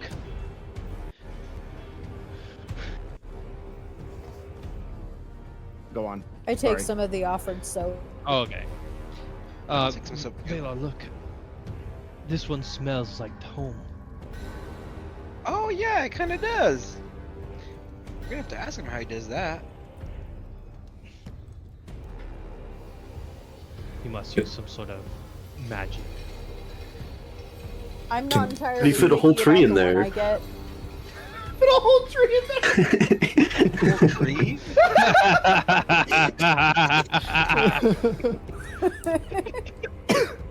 Can I just say, I love the fact that Valor's voice and Dorak's voice, for them being brothers, and look, it smells like home. Oh yeah, it kind of does. Like the polarizing opposite sides of the spectrum for your two voices being brothers, it gets me every time. It's fantastic. You know what It's would not have been what's even on the funnier though outside, is it's if what's on the inside. Of course. what would have been even funnier though is if Vaylor's voice was lower. Other way And around. Monox was the higher one. With seeing y'all's little exchange, I'm gonna go up to Tube. Do you have a soap that smells like Redfin? And you have no idea what red I fan don't really means. know what Redfin would smell like.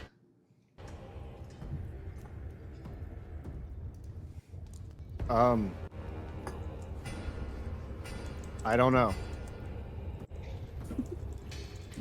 So I reach into my bag and I pull out like multiple soaps and let you smell them. Do you have one that smells kind of like medicine or like cough syrup? He wants And a he thinks. That's not me Then he asking. pulls out That's one- not me asking. That's me going like looking through them. Sorry, I should have clarified. Okay. Okay. That's me going through them. Would you have one that smells kind of like? You'll cough see syrup one or that's like something? the shape of a cherry. Okay. So it kind of has like a cherry smell, but you know what cherry is kind of like you want to down the road kind of smells like cough medicine. Yeah. I'll grab that one out of the rest of them as I'm picking through all the ones you show me. This one's kind of close.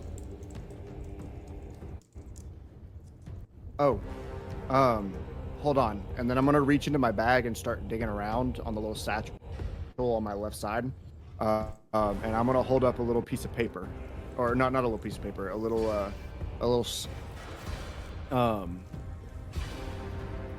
crap, I can't think of the name.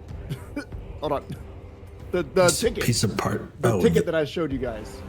The boat ticket.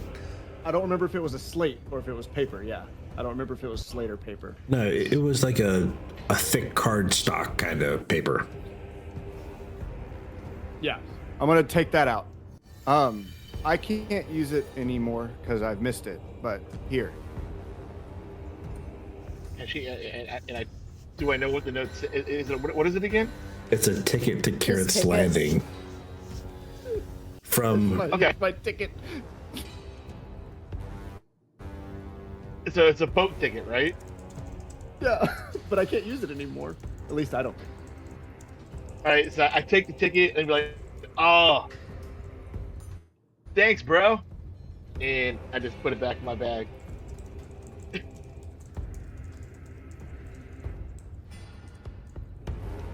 And I'm not gonna really respond, and I'm just gonna walk away with my little soap. How did you make Okay. these, And by so- the way?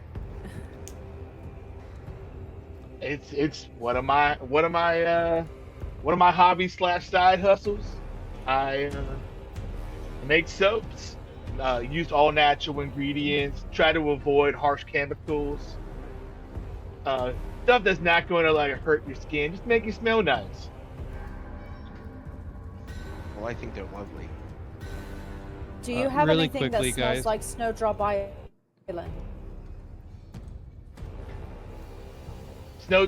What is Snowdrop Island?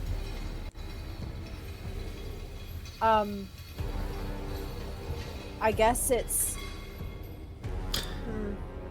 the big How do I island explain that it? the Wait, elves. Snowdrop- Snowdrop away. Yeah, but It's would the I big know island that? that the elves are originally from. Oh yeah, that is a good question. Okay. Because you knew I the wouldn't know that elves. actually because I knew. Well, you didn't know I knew the elves though, so but I Yeah. would know that. Out of character, I was like- you knew the elves, so you would know. So that's Yes. the elvish city, right?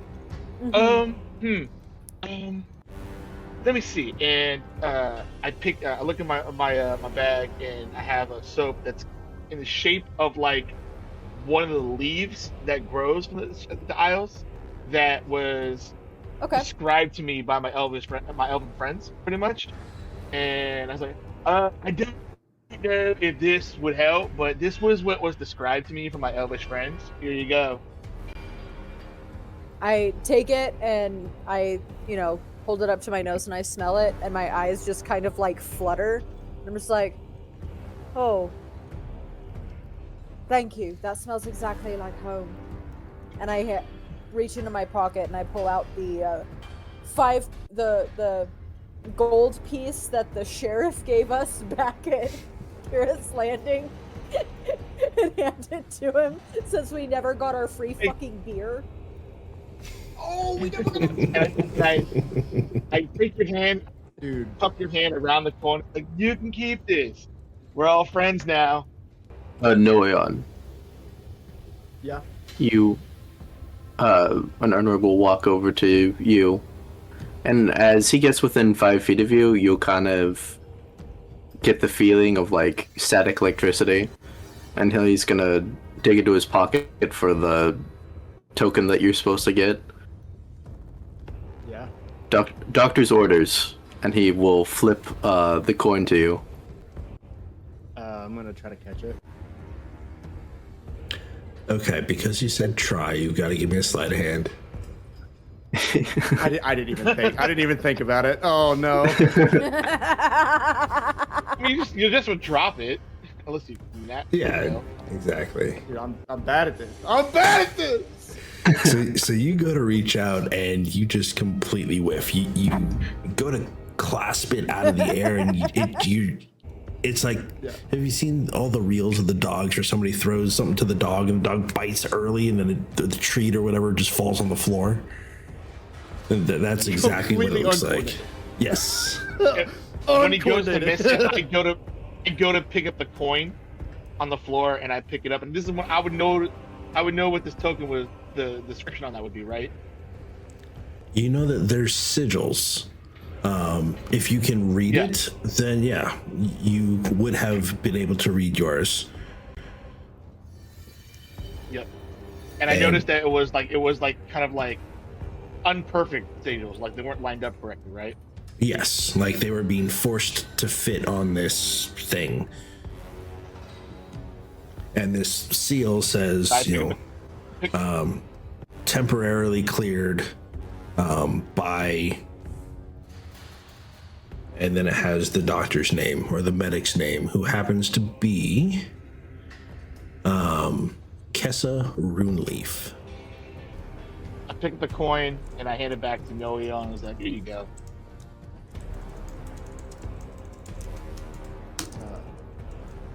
Thank you. There you go. Finally getting my coin, not realizing that I didn't have one. I won't toss things at you in the future. You're gonna what? You're gonna toss? You won't I toss won't. things? No, I won't. I won't toss things at you in the future. Fair enough. That's probably a good idea. I'm normally handing things to other people, so.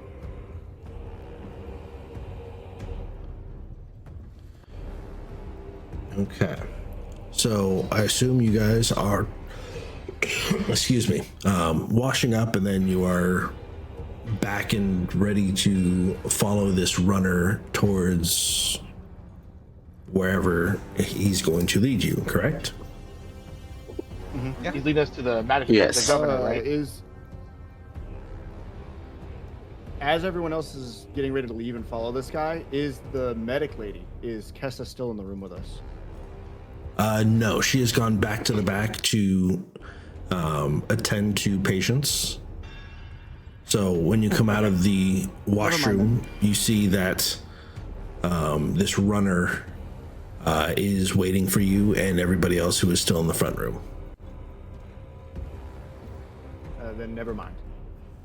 Okay. Are you all ready to go? Yeah. As will ever be, I guess. All right, Either then way. follow me, please. And the ascent towards the citadel that he seems to be leading you towards is unmistakably dwarven. You're going up this road built for caravans and whatnot, and eventually you make it to the steps. And it's broad marble steps with shallow rises, you could tell they were built for armored marches instead of a graceful procession of elven architecture. The corridors are wide, angular, and built for endurance over beauty. But you see there's elven banners hanging from these giant iron hooks, clearly not designed for them. The fabric is brushing against the stone, it just doesn't look as elegant as most elves seem to carry themselves. Again, everything is showing that the elves are not supposed to be here. At one intersection, the guards kind of hesitate, exchanging uncertain glances before picking a corridor. At another intersection, kind of one of the sentries mutters something, a correction under his breath. After kind of halfway leading you down one way, goes, oh, shit, and walks over the other way, and you can tell they don't know where they're going very well. But finally, you reach this golden domed citadel, kind of almost up against one of the walls of the mountain. And in the citadel, the doors are massive, like 50-foot tall, 20-foot wide, each of them, and they're double doors, right? So they swing closed and swing open, but they're big. Like, this citadel is several hundred feet tall. The guards pause. Is it the thing on the right? Yeah, it's the big circular thing that looks like an arena. I decided to call it a citadel. Yes, that is the correct one. So it goes up instead of down, like the picture. Okay. Yes, that it's kind of like a domed pyramid, if you will. So the guards pause only for a moment, and then they open the doors, and there's this loud groan, iron shifting, stone grinding against itself as the doors swing open slowly.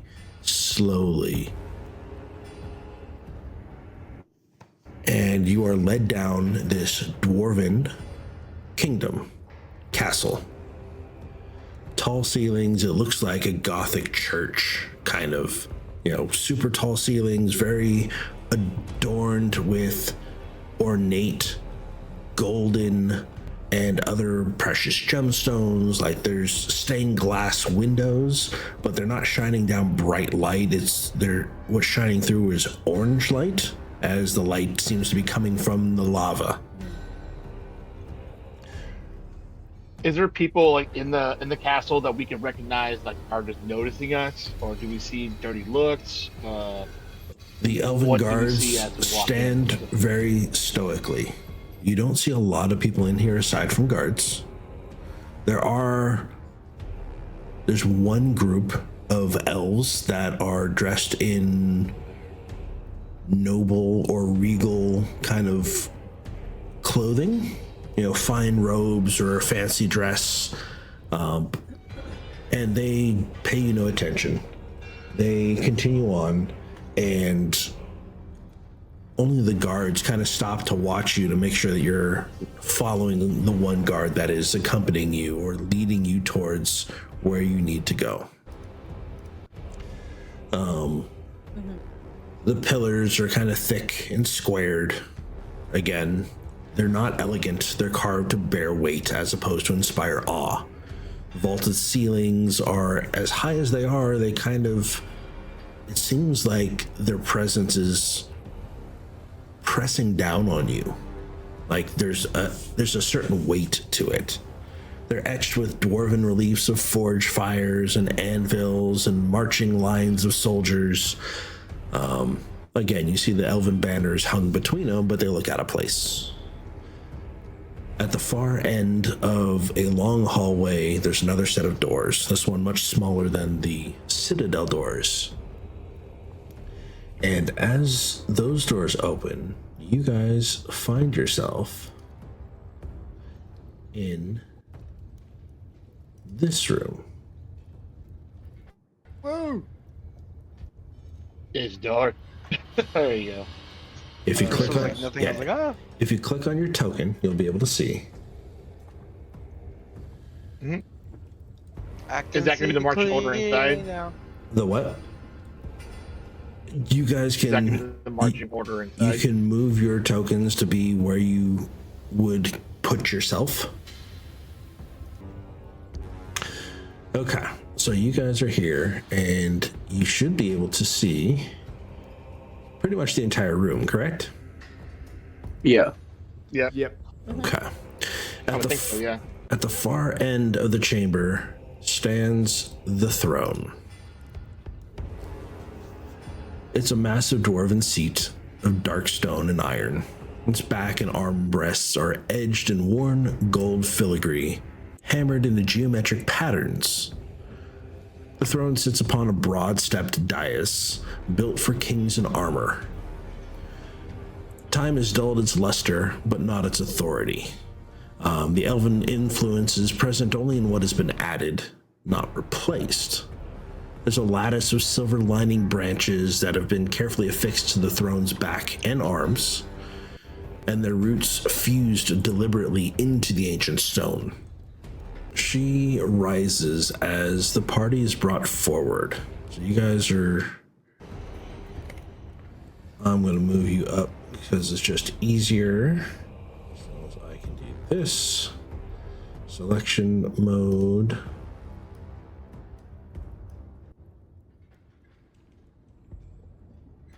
Oh my god, we're flying around. Oh my god. Right? So you guys stop right about there. And Tsarra rises and steps to the top of the stairs. The acoustics in this room must be amazing if her throne is that far away. Yeah, for real. Just everything echoes. Yes, well, she goes down to meet you guys down the stairs. And as she's walking She down, floats down the stairs like a ghost. almost. But she doesn't wait for ceremony. There's no herald announcing her as she almost floats her way down to you, the steps to meet you. Her posture is composed, back straight, chin level. Her robes are immaculate, deep reds and pale golds, layered with with ward thread and sigils of office. Her hands rest loosely at her sides, fingers unadorned. There's no jewelry. Her hair kind of falls in carefully braided lines, a burnished copper red that catches the light without seeking it, right? It's drawn back to kind of keep her face obstructed. She has a circlet of worked gold and iron kind of resting atop her brow. It's not delicate, but it's not ornate. There's a single stone it's a dull red, but it kind of matches the muted reds of her robe that sits right in the middle of her crown, her circlet. Her ears are long and sharply tapered. Her lineage is unmistakable, right? And it's emphasized by the only delicate piece on her. She has some dangly earrings.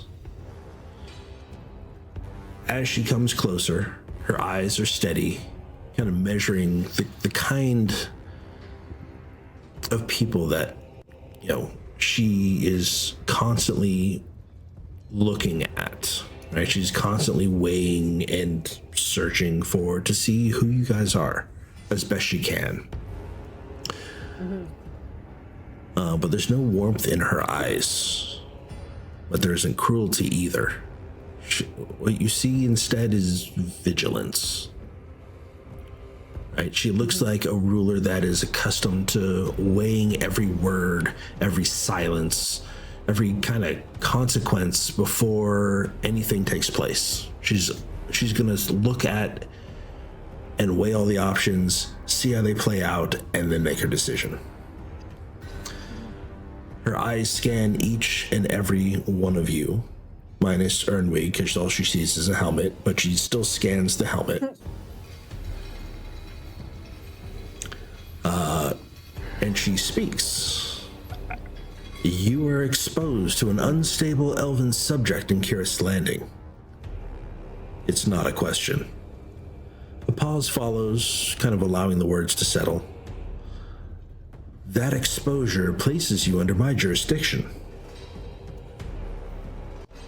She steps forward again, so now she's almost right in front of Talion. This is not an accusation. It is a procedure. Her gaze sharpens slightly. You were brought here because Endar Findal does not gamble with uncertainty. Not anymore. You have been examined. You've been cleared temporarily.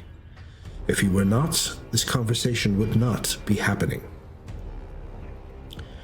And now is the first time you see her gesture for the first time. Just a subtle motion of her hand indicating the city beyond the chamber walls.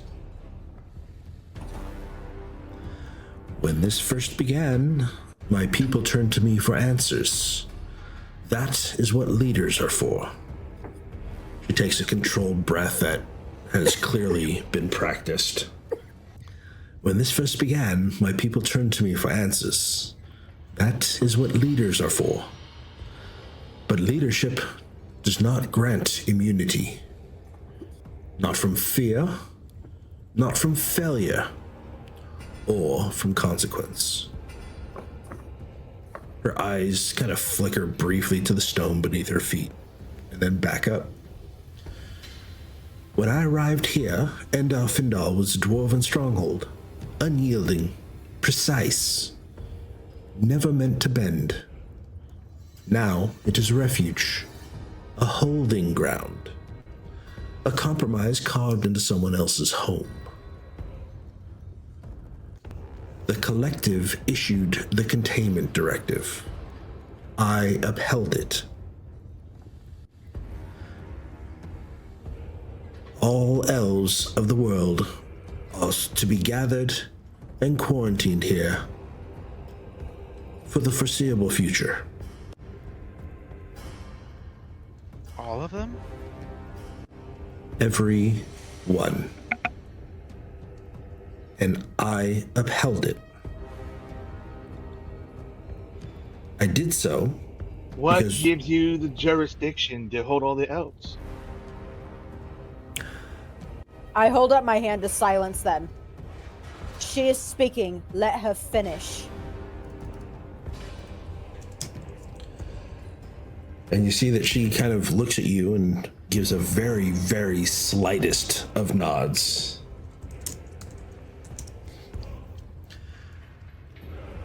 I did so because refusal would have removed me from this seat and replaced me with someone who would see compliance as mercy and extermination as efficiency. You see her hands curl briefly into fists and then relax. I am an elf, she says plainly, and I am a member of the collective. This city is not a prison because I wished it so. It is a prison because fear was given structure and called governance. And because without containment, the response would have been faster, broader, and bloodier. She now studies you for the briefest of moments, each from one face to the next, to the next, to the next, to the next. You survived contact. What? Sorry, does that mean you are confined as well? I am indeed.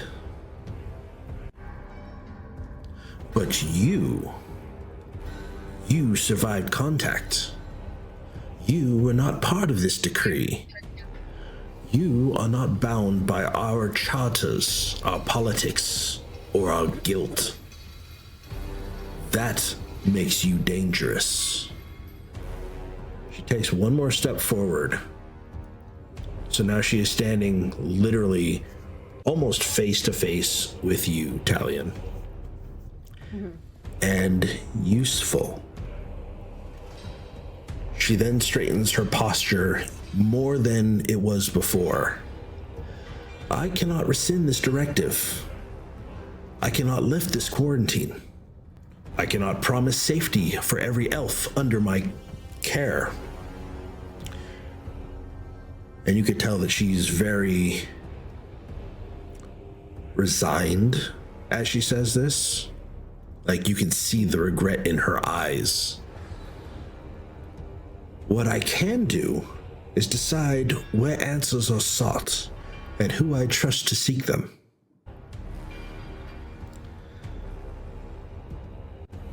If the collective concludes this affliction is irreversible, the next order will not be contained to cities like this one. And her gaze hardens after this sentence. I need proof before that day arrives. She inclines her head in acknowledgement to you all. So now, before history decides for us, tell me, are you willing to help?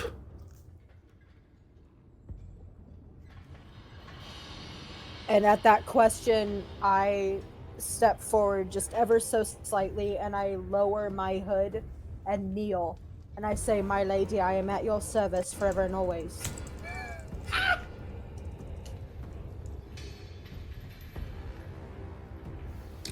And she looks down at Thus you. revealing who I am.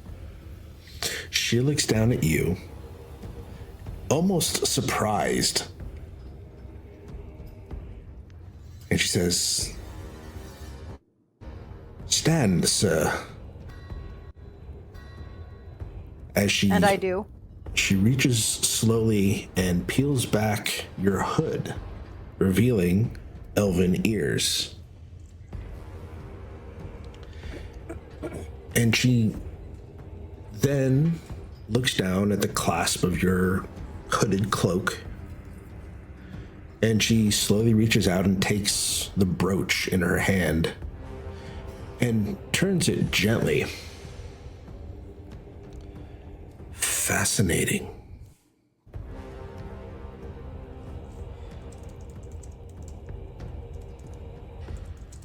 What is, my lady? Where did you get this?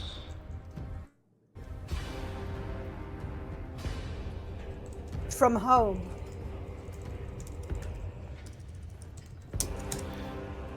And And as where's I say that, my chin trembles slightly. home? Where is home? Tiva Chris, my lady. And you see she has this look of, oh, like her eyebrow kind of arches, singular. She says, very interesting indeed. What is your name? Talion Hybo. A very slight gasp escapes her lips.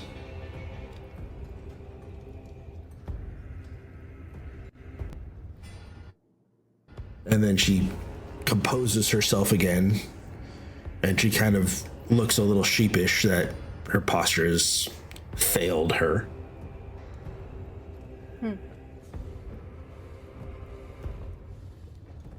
And she says, "Thank you, Sir Hybo. And what say the rest of you?"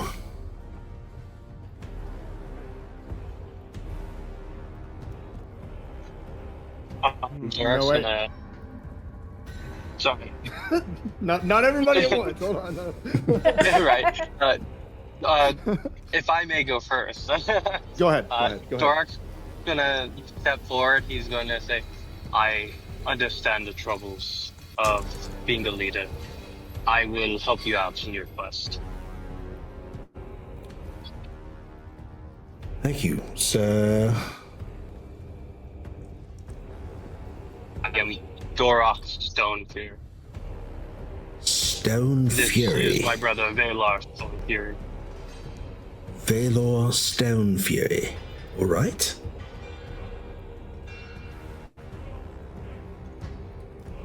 And yeah, I'll go wherever my brother goes. We are most appreciative of that. Thank you both. And then she'll look to Noeon, who is the next closest to her and working her way back. I'm gonna lift my right hand like I'm waiting my turn to speak. Yes, go ahead. If I help you, can I find Redelia? And again, another kind of quizzitive look. Did you say Redelia? Yes. Who would this Redelia be? My master. She kind of shrugs, at a loss for words. Just like with the doctor, Kessa, my answers are blunt. Zero nonsense, no emotion, no like, I'm not happy to say it, it's just straight to the point. No, and that's perfect. I'm trying to show how she's reacting. She's just like overwhelmed and like, I cannot promise that without knowing who she is, but I will do everything in my power to help you find this Redelia. And she has become back to being composed, and she's no longer shocked.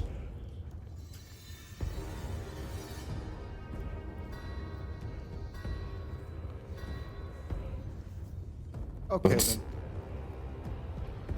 And she kind of nods in acknowledgement, and then her eyes turn to you, Tube. And you, my big blue friend. Tube is he's a little bit less happy-go-lucky as he usually is. He's a little bit more kind of, you can see a little bit of fury in the back of his eyes. And I say to I say to her in Elvish, it's like and not in my typical Tube accent. It's more of the angry accent. My kind of my true voice. Did you take my friends? Your friends? I don't think there's any more Goliaths here. As you can see, I'm speaking in Elvish. My friends were elves. They were a part of my commune. We were not a part of the collective. They are now gone. And she's answering in Elvish. And she says, I have no jurisdiction of anything outside of this city, so I have not taken any of your friends. However, if they were taken, they most likely are here. What are their names? And I give you their name. Okay. And she calls over one of her guards, and she's speaking in Elvish. She's speaking loud enough that you all can hear, and she says, check with the registry, see if those elves are here, and report back to me immediately. Hearing the conversation in Elvish, no Aeon's gonna speak. It's kind of broken Elvish, like it's not completely fluent. If your friends are elves, Redelia is an elf. Maybe she's here too. And at that, again, not the confusion, but recognition of Tsarra's face becomes plain as day, and says, You must be mistaken. Redelia hasn't been seen in decades. No, I saw her like 4 weeks ago.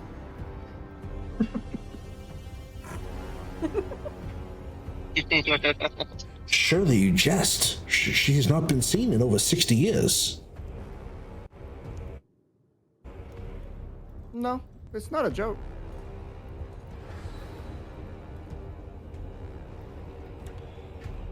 Well, she's not here. She would be my top medic. Again, this is all taking place in Elvish. Yeah. And I hear her ask, basically get the registers to actually search for my friends. And I said, and I was like, I hope you find them.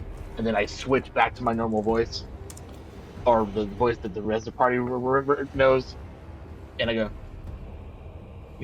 yeah, I totally could be down to help you guys out.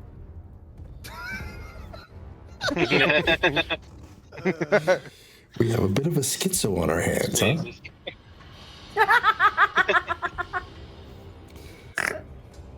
There's another one.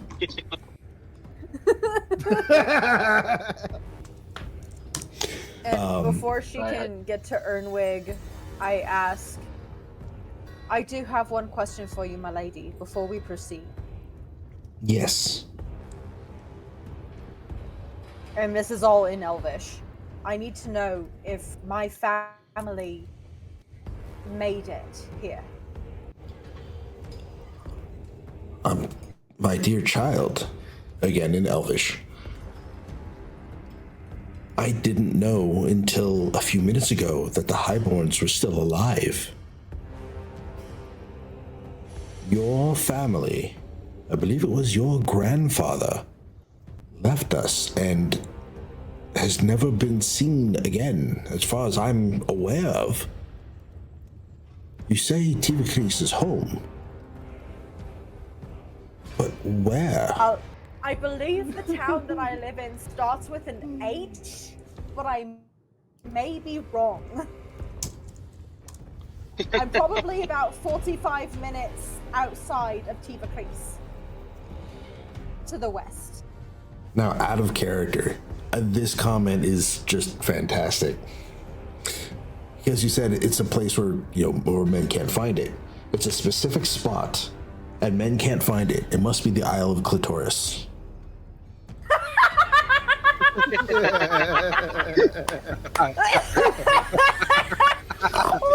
Thank you, Grogrin. Oh god.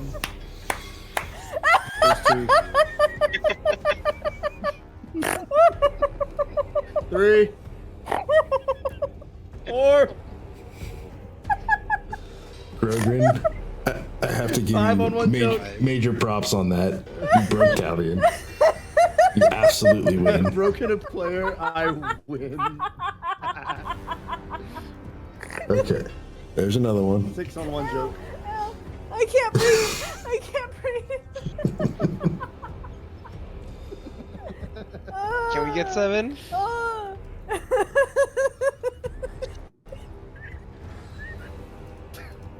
You got me weak. There's seven. Yes, there it is! We were just waiting I'm for gonna have a that. wheeze count pretty soon. Yeah, that's next. Oh man, that was very well played. Joke's so funny she needs the inhaler. I need to start keeping that on hand for campaign. Jesus Christ. Woo-hoo. Ooh. Anyway, as I said, I'm about 45 minutes west of Tivakris. I believe my village starts with an H. I can't guarantee that that's fact. I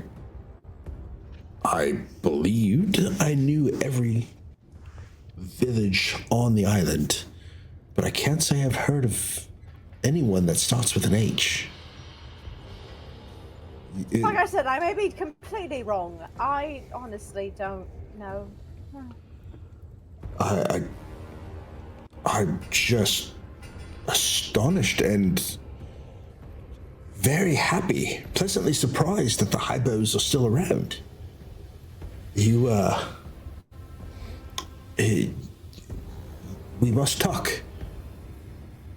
Next time you are in town, yes, we must have tea together. Of course, my lady, I'd be honored.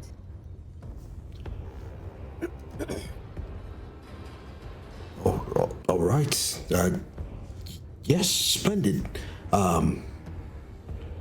And my quiet friend in the back there, are you willing to help as well? I'm assuming we're not allowed to leave unless we do agree. No, you are, as long as you are fully cleared with the blood test, you are perfectly able to leave as you wish.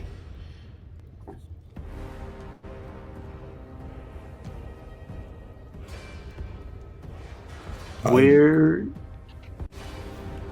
is the kind of direction for, the vibe? The direction for the vibe?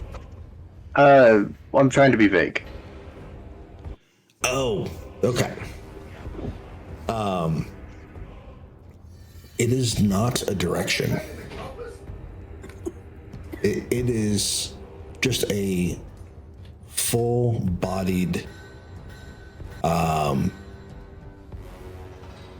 feeling that you get, but there is no direction one way or the other. But it is larger than you've experienced.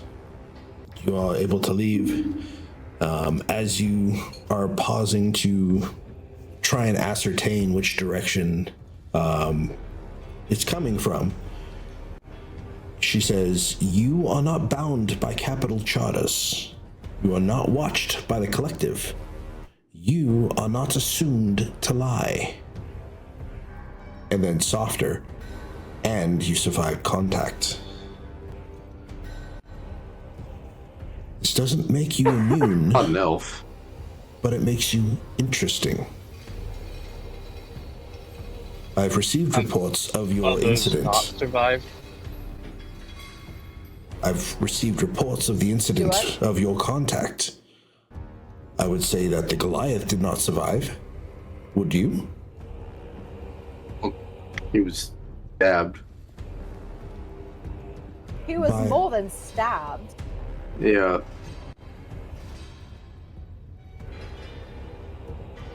He had a hole in his chest the size of 3 fists. There was a cavity in his chest, and then the elven man, his heart exploded in a sorts. It was Well, something I'd never seen.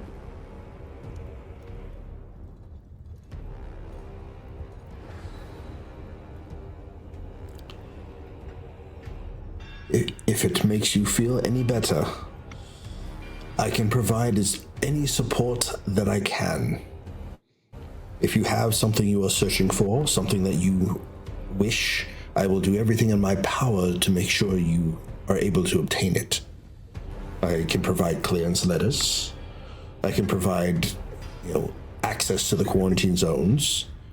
I can even introduce you to, different nobles who may be able to provide you with some more information.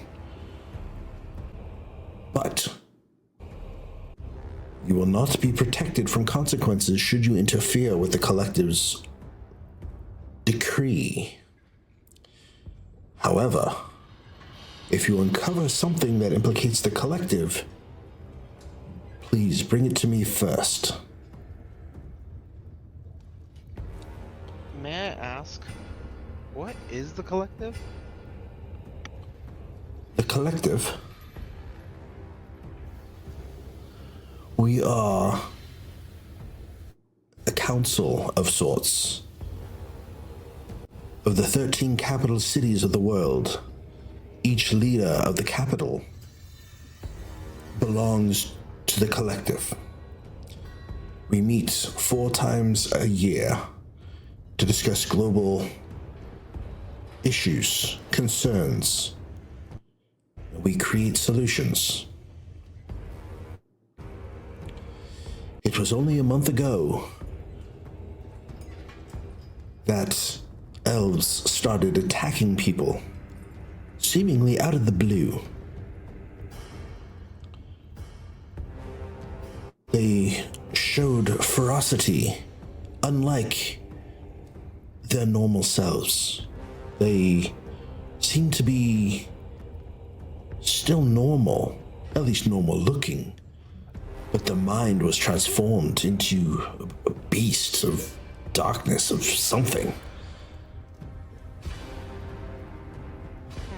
And after... You say that their minds were dominated? I can't tell. I don't know what a dominated mind looks like. It gets me every time. But elves have started attacking Well- people. What does is my mind being tied up in shibari or what?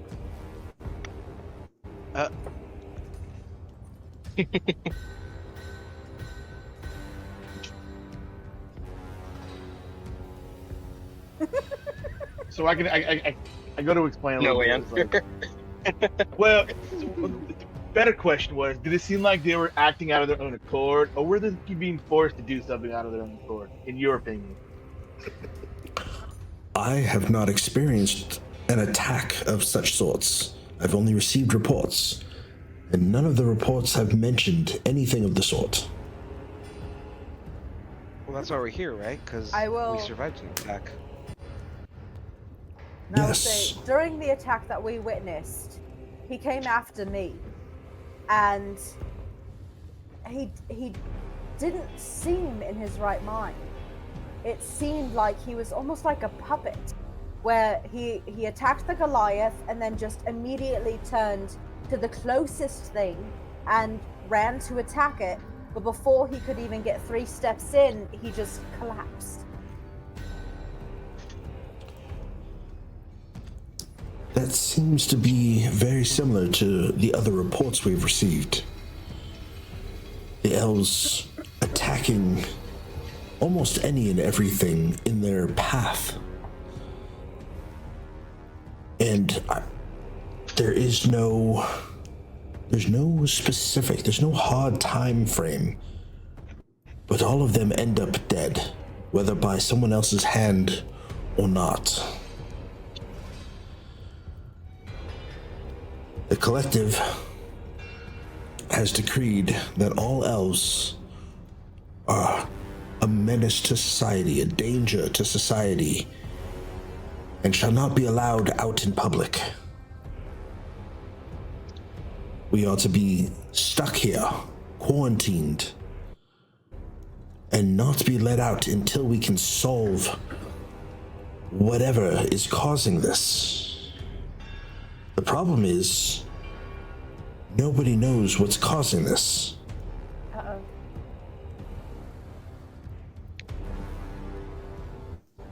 Nor can we And- leave to gather the equipment we need to test, to figure out exactly what this is so we can even attempt to stop it. And you asked us for your help. What exactly is it that you want us to do?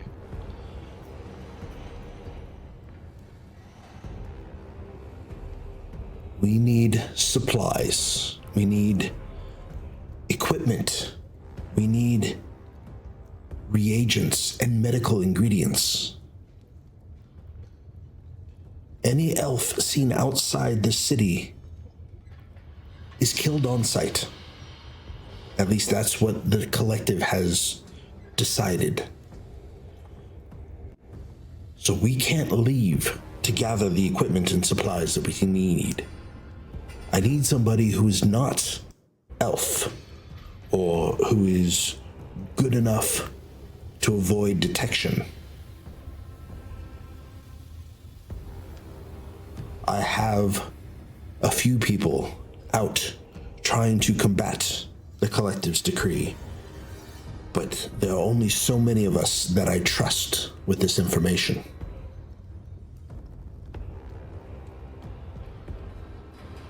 If I Supplies and can, reagents aren't gonna come cheap. I can provide you with compensation, reimbursement. I can provide you with anything that I have available. Because if you do not help, there's a very good chance we all shall perish. It only seems to be afflicting elves, but the collective doesn't care.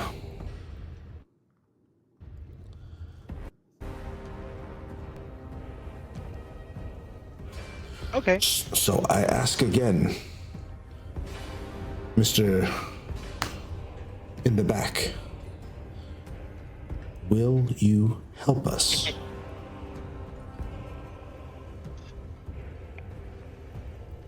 For the compensation, and also,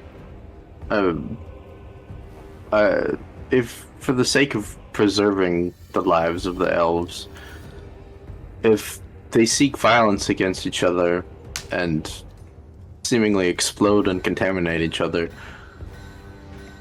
why did supposedly 13 of the world's greatest leaders decide to cram them all into one box?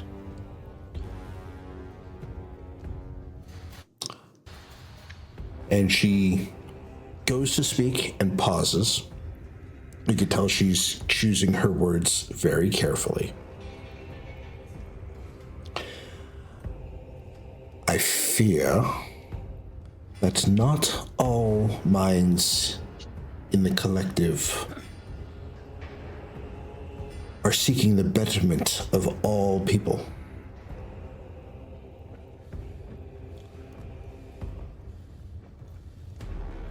There would be some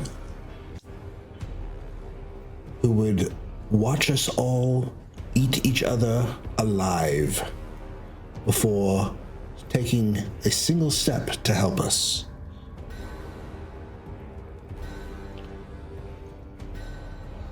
I fear if we were on fire, they would put us out with a fork.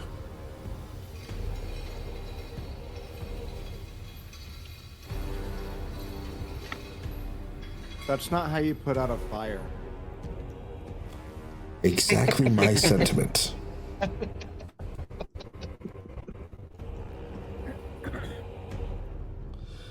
But I alone am not a majority. Therefore, our decision has been made. And should I reject the decision made by the collective, I will most likely be replaced with someone who will be more compliant.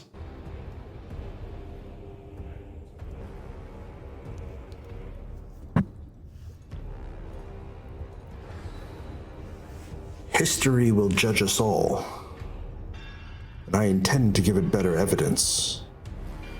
I will not die without putting up a fight and without standing up for my people and what's right.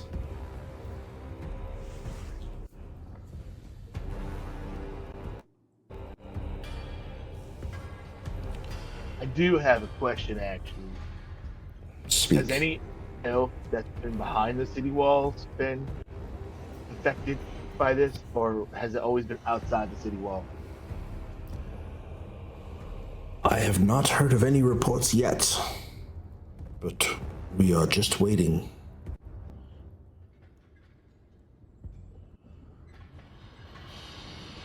Are there So you've heard of plans in nothing place? within these walls then?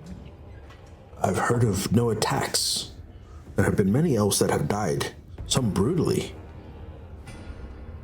But there haven't been any reports of elves committing murder on other elves.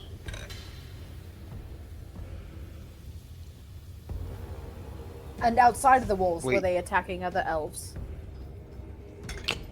That's what the reports say.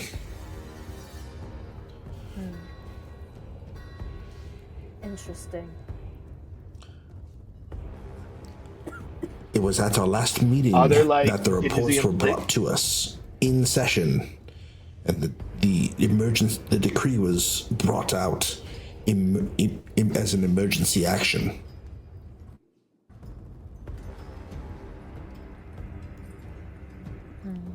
You had said something, Tube?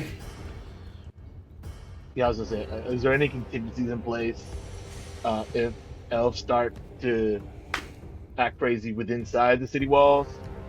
Like, what happens if all the elves start to turn at one time. Then we shall all perish. This is why I need your help. All right, so let's do this. But yes, as she is mentioning, or as she's trying to get Ernwig to agree to help, the guard comes back and,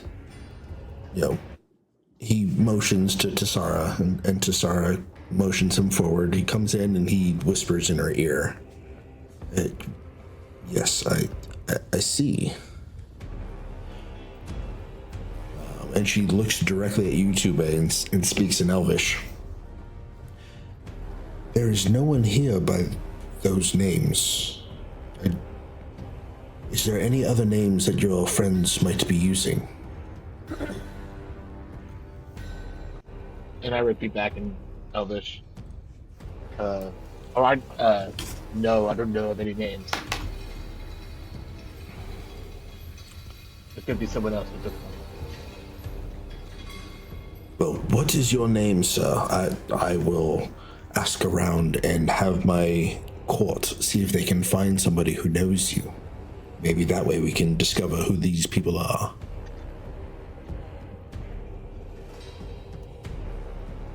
And I said, my name is Tube Ular. Tube. It's a very unique name. What does it mean? Is it Goliath for something? In my herd, we choose our names based on what we feel our calling is, and my name basically means one with the sea. Hanging 10, yeah. One with the sea. So then you worship Mary? Yes, I do. I see. That would explain your blue skin.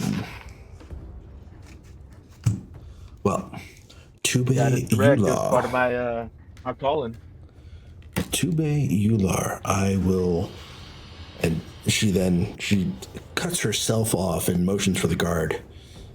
It's again whispers in hushed Elvish, but you guys can hear loud enough as long as you can understand Elvish. Put out the word that anybody who knows Tube Ular, a aqua-skinned Goliath, should come see me immediately. We would like to reunite them. And the guard nods in acknowledgement and rushes out the west side of the room. So then she turns back to you, Ernwig, and says, so, sir, you mentioned that you would be willing to help in return for compensation. Is that right? Correct. What do you desire?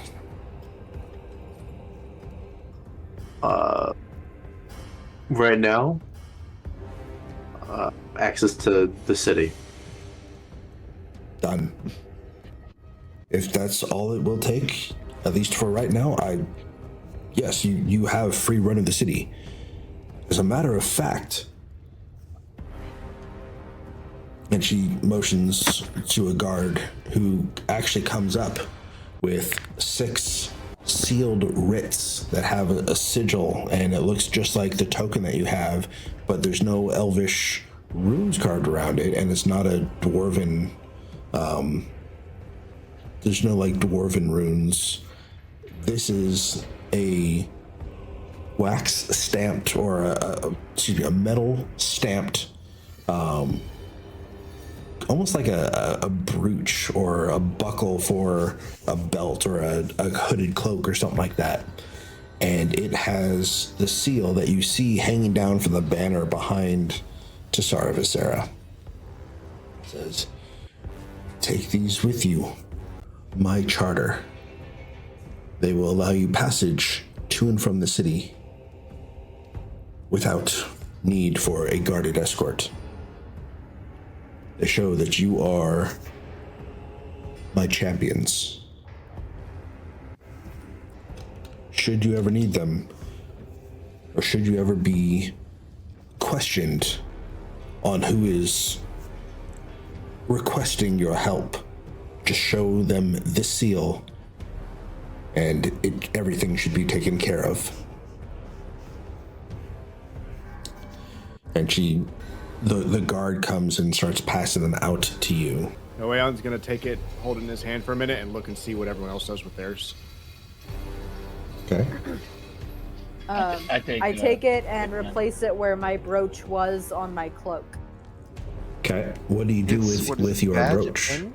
It's a metal stamped medallion that can be affixed to cloaks, to bags, to a sash, to a hooded cloak. You can use it as a buckle. You can just attach it to your bags if need be.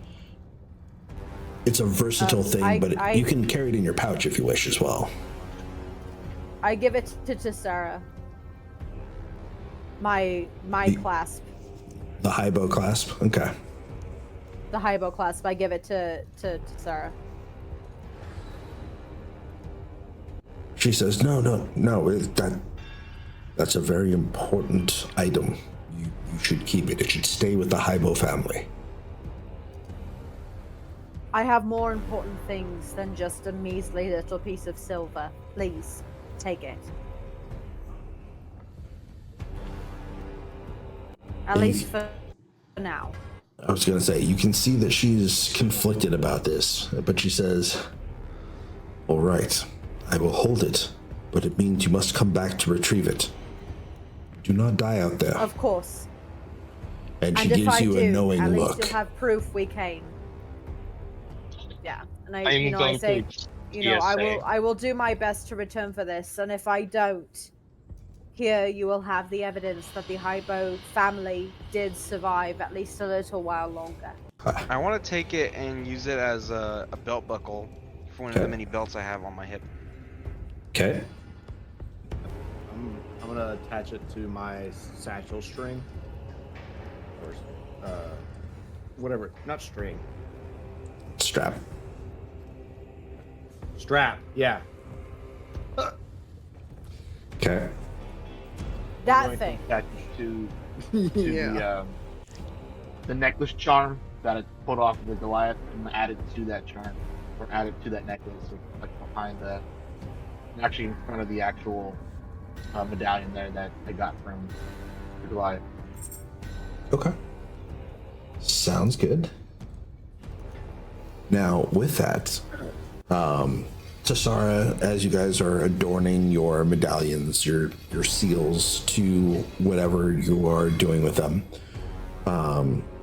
Tsarra looks behind you, and there is somebody has just entered the large wooden doors.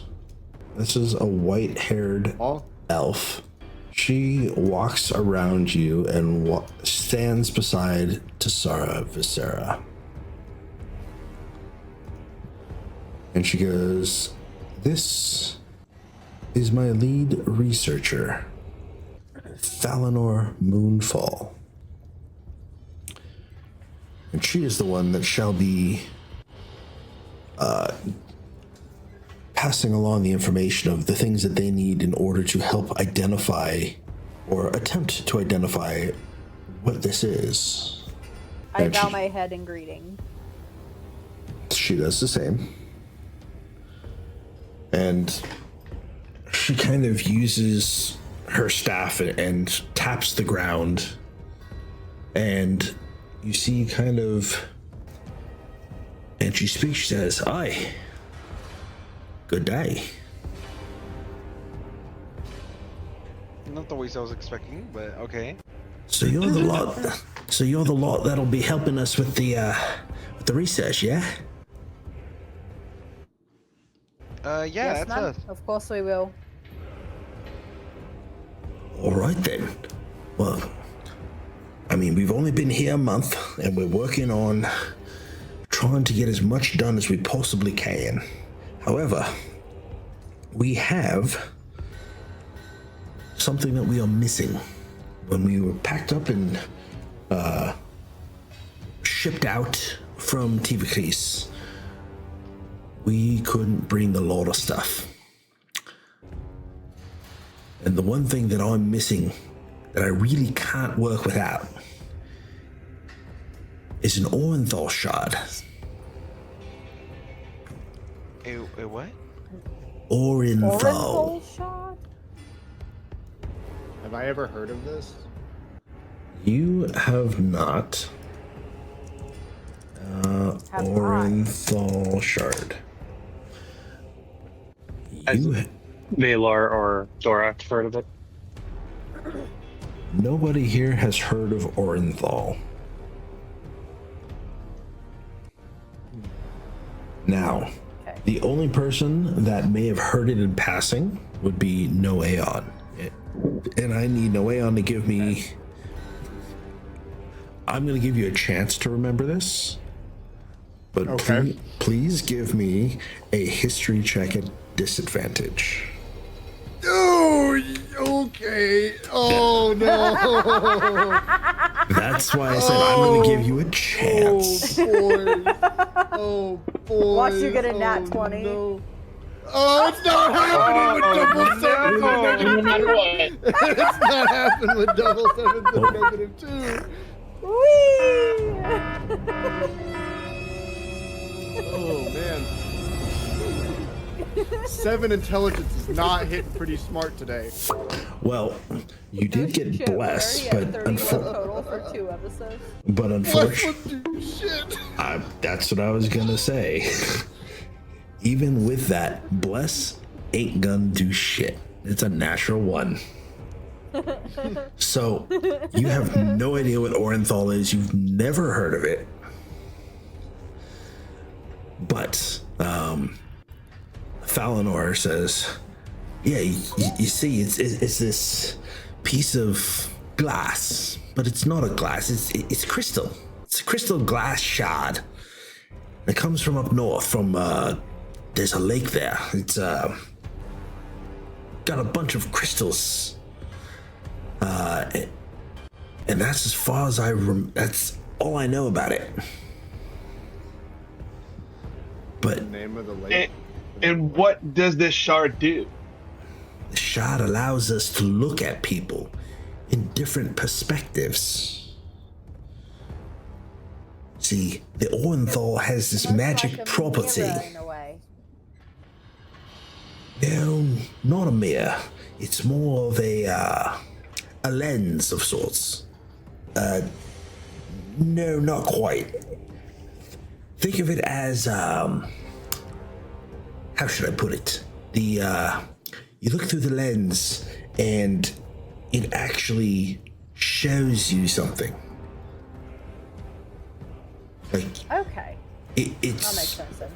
if there's something odd that the naked eye can't see, you can see it through the Orenthal. Okay. So we can like tell like magical auras and everything.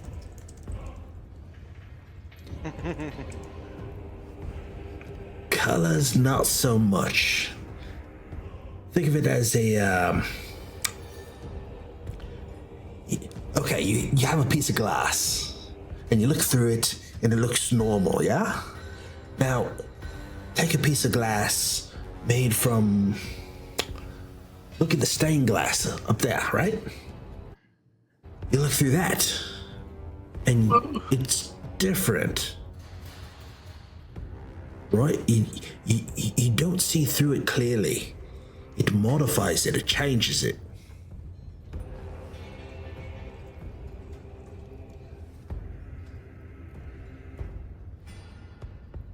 So how would this glass be used in your research? What are you looking for? Abnormalities. The magic in the bloods.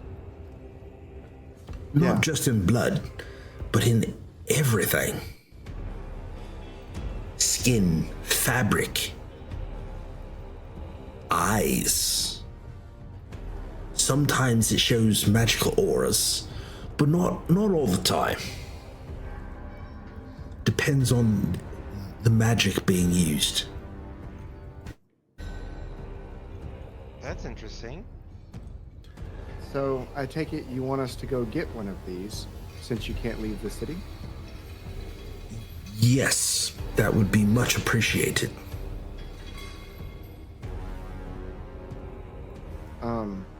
You said a lake. Does the lake have a name? I don't know the name. I know it's north. I know it's full of colors.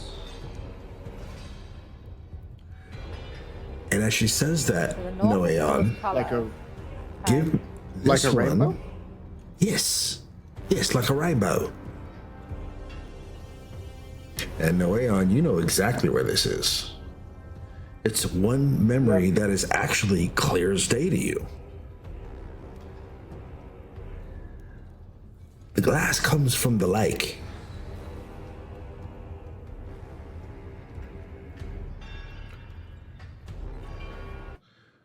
But yes, that is the first thing we need to do to try and understand what is killing us.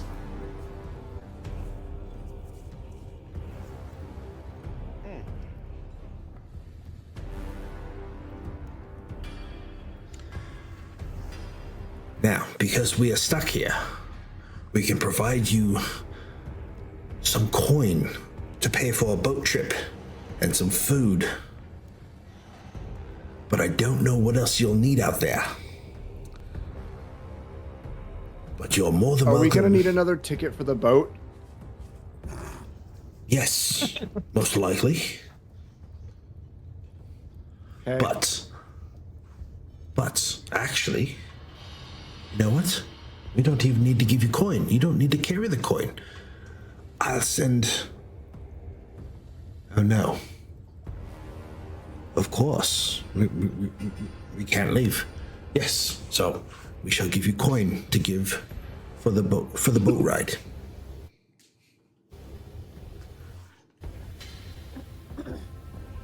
All right.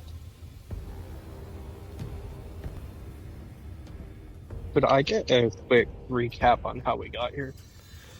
To where? We came by cart. Okay.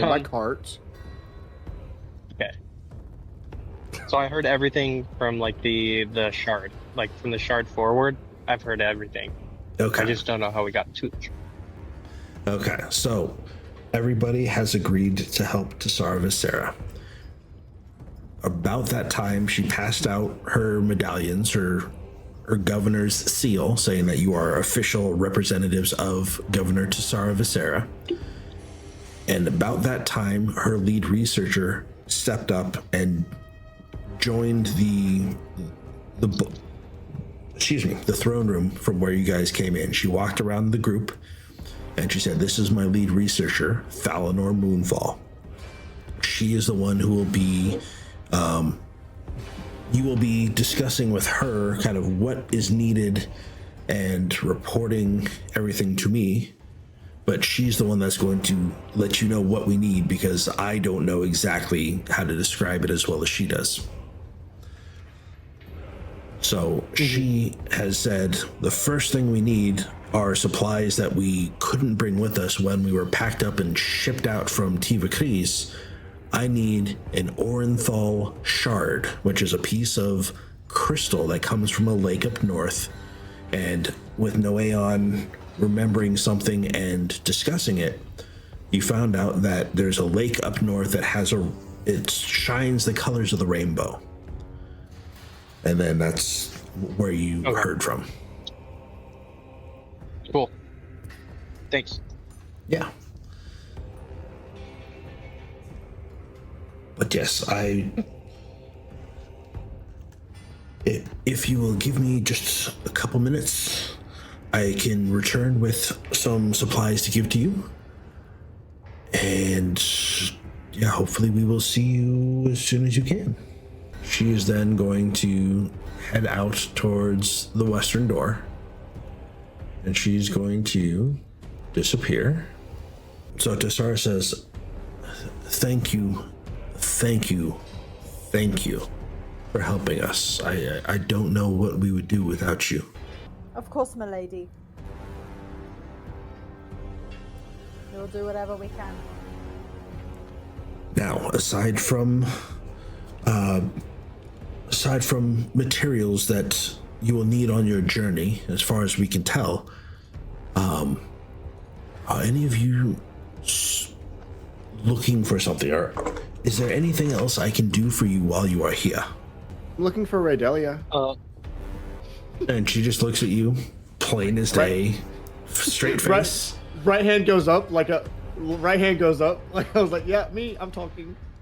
And she looks at you, she goes, yes, we will look for Raydelia. Anybody else? Thank you. I'm looking for someone. I'm looking for 2 people. I doubt you'll have the resources to help me find them from within here. If this place is meant to go find the elves, but I figure there's no harm helping. I'm looking for 2 other halflings. They're named Belvin and Catalia. Have you heard of them? Elven and Cataldia. I don't believe so.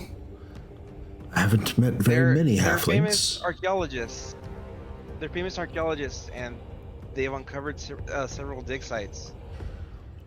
What region are they from? Well, I'm not sure exactly. We always traveled a lot. Unfortunately, I have not heard of them by name, and there aren't many dig sites in Loita, or what you would know as Snowdrop Island. You said there's no dig sites there? There's no dig sites that are there, yes. Do you know of any dig sites? Do I know of any dig sites? Period? Yeah. No, I can't say that I have. Damn. However, if they were from this region, I'm sure there are records of them. One thing that we have inherited when we were forced to move here, a silver lining, is we have a fairly comprehensive archive down below. You're more than welcome to use the library and see if you can find any information on them. You said there's a library? Is that what you said? There's a fairly comprehensive archive of all sorts of records. Yes, the dwarves. I'll check it out. Thank The you. dwarves documented a lot. I'm sure if they were around here, you would be able to find some record of them. Thank you. I appreciate that. Yes, of course. Anyone else? Me, Enrigs. my lady, I would like access to any of the maps you may have from really anywhere. Maps that we have would also be down in the archives. Of course, thank you. I would very much like to access those. I do have some that I may be able to provide for you as well. That would be wonderful. And you, in the back, you were saying? I'm going to hand her a list that I've been compiling. Okay. I'm almost done. You hand her this list. And she scrolls down. She's looking at the first line, the second line, the third line, the fourth line. Within reason? Can you elaborate?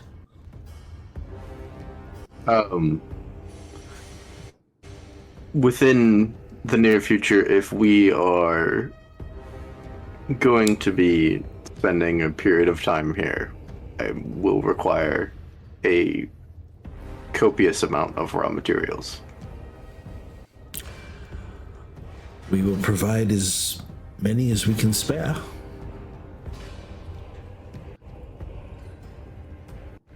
That's absolutely doable. Availability, yes. He was going to absent-mindedly take the list back, and jot another thing down on the list. You're not just gonna say it. Yeah, that's crazy.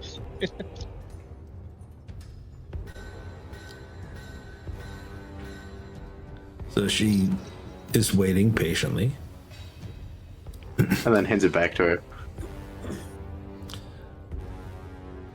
Well, all right. This one,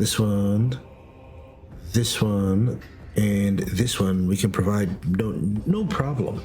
However, your third list item, there will be certain places that I cannot allow you to go. They're not many.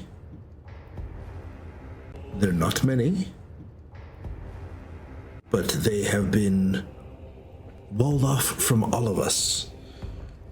And the other one is I will not allow you unrestricted access to my quarters. That's where I sleep. I didn't ask for that. It says unrestricted access to the city, including catacombs and archives. You're asking for everything. But yes, amending it. There's a notable tone of disgust when she mentions her quarters. Definitely not. Oh, good. You filthy pointy ear.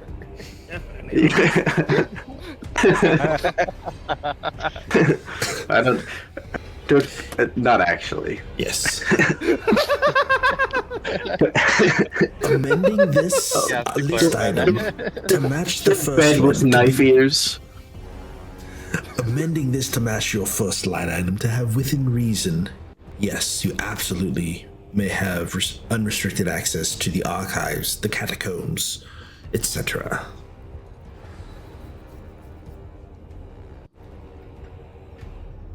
It's Fair enough. not even their archives or their catacombs. Well, that's Just yeah. Like- And as for the last item on that list, it has to accommodate the 6 of us. That was never in question.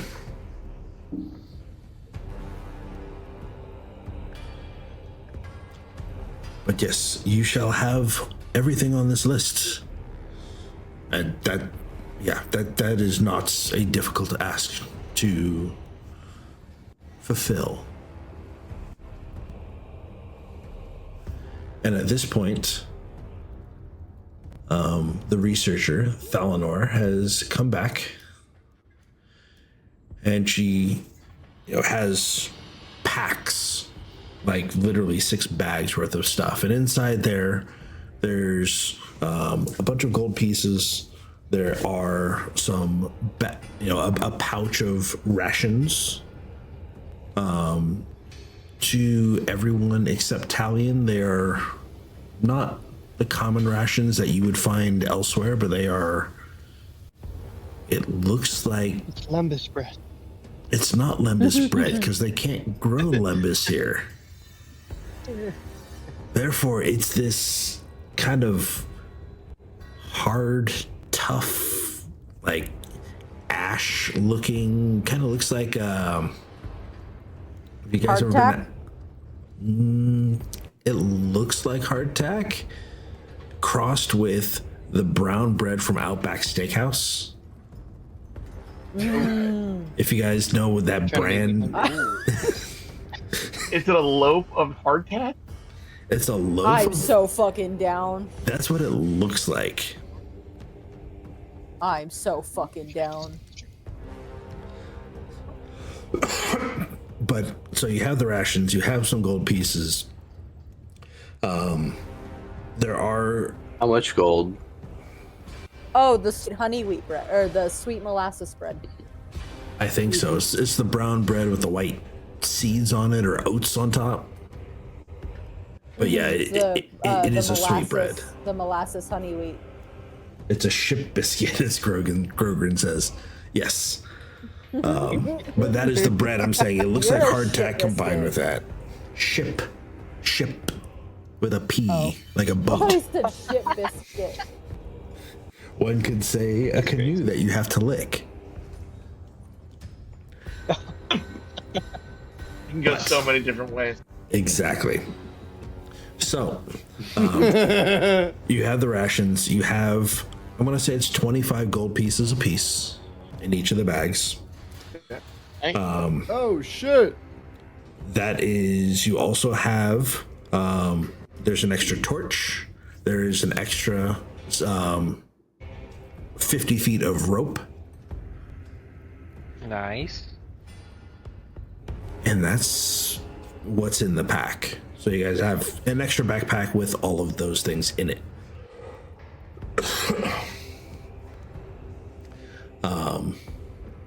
And she says, That's 25 gold per person, right?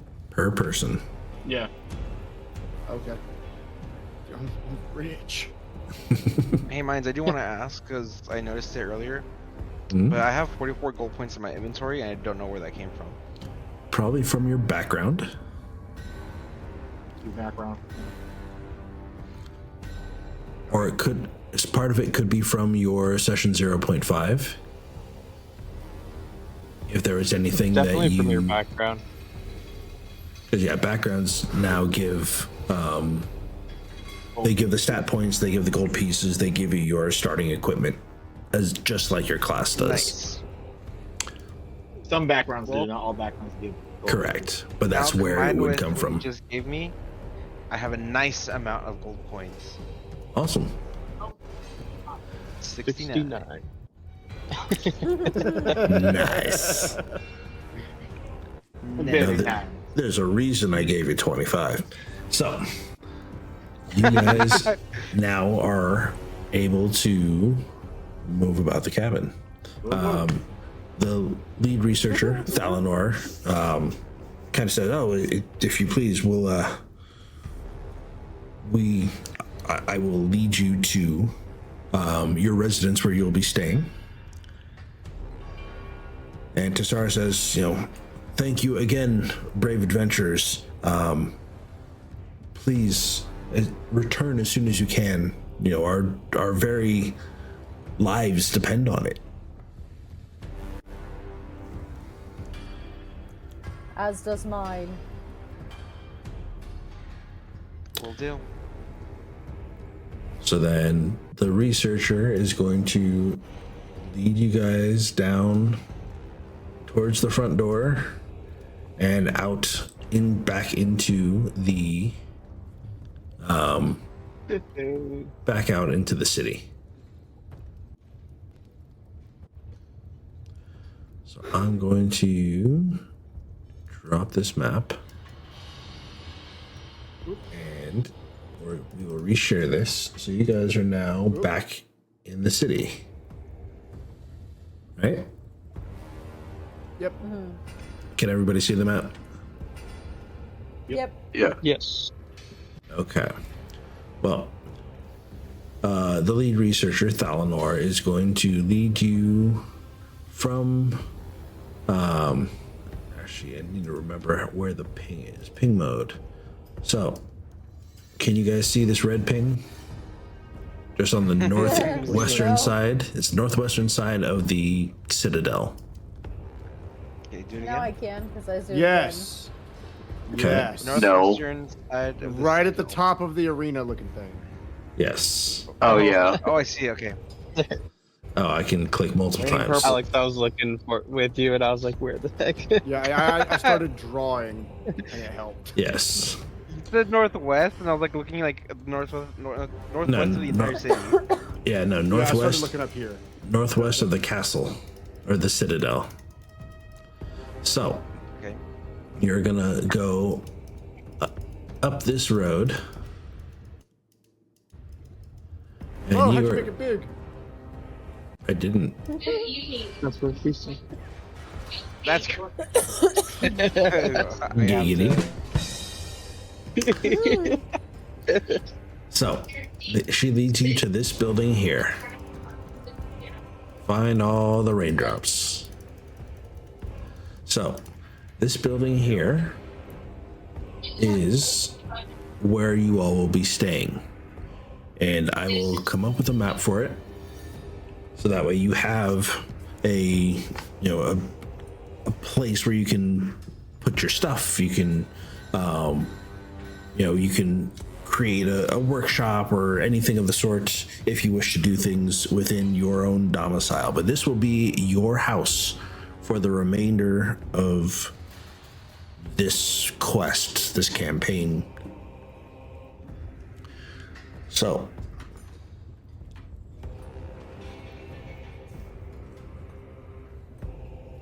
the next question is, how much longer do you guys want to go? We now have 15 minutes until the end of what I assumed would be the session. We can go a little bit longer if you wish, or we can call it here. We can just do a little bit of kind of debriefing at your new house. Or if you guys just want to rest and take off in the morning, you're welcome to do that. We can get started on that.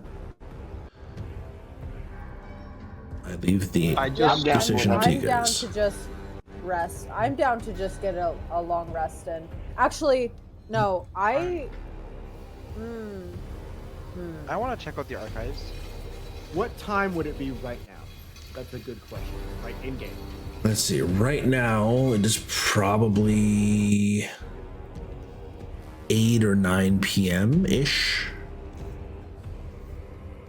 If going to the archives right now wouldn't be the best idea. I mean, you could. Yeah, you absolutely could. If we wanted to leave the next day, we would be leaving in the afternoon to get a full long rest. No. If y'all wanted Long rest is 8 hours, Oh. right? Long rest is 8 hours. Right, but if you wanted guys... the archives first. Correct.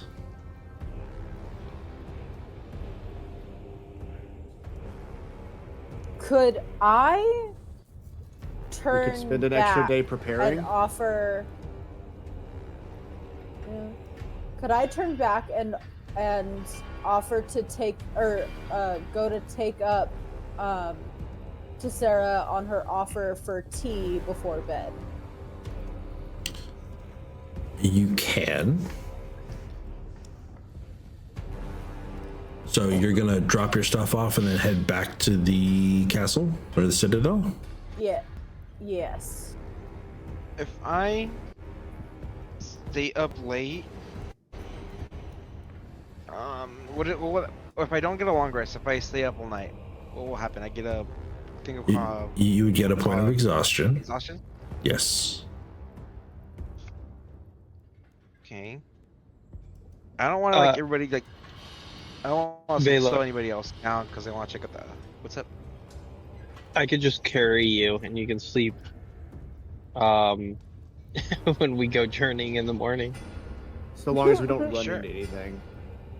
Yeah, I just don't want to slow everybody else down if they want to leave immediately, but I really do want to check out the archives. If we're discussing it in character or anything, Then, yeah. we could always just wait a day. I'd like to gather some medicine before we leave. Well, that's why I was just asking if you guys were in a rush, or if you guys had somewhere to go.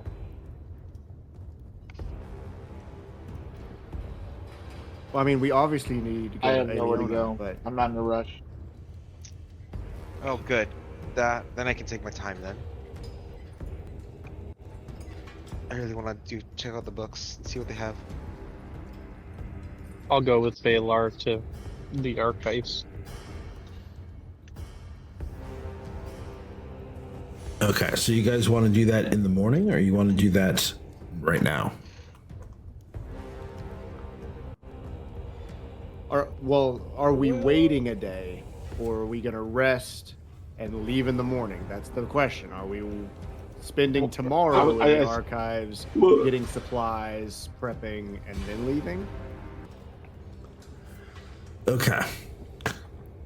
So, Ernwig, Grogrin is 36. Yeah, you're not that old, Grogrin. So with Ernwig Oh man. heading off to bed for the time being, So we have Dorak and Valor wanting to go to the archives. Talion, you want to do tea. Yes. Tube and Noeon, what are you guys doing?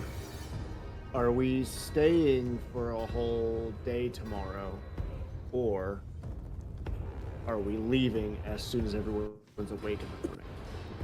I think we're staying a whole day. Yeah, the idea Oh, was you we're said- staying the whole day, and then we're going the day after. Okay. All right, So that's you guys fine. so you guys are taking a this- day. Okay. Yep. Yeah.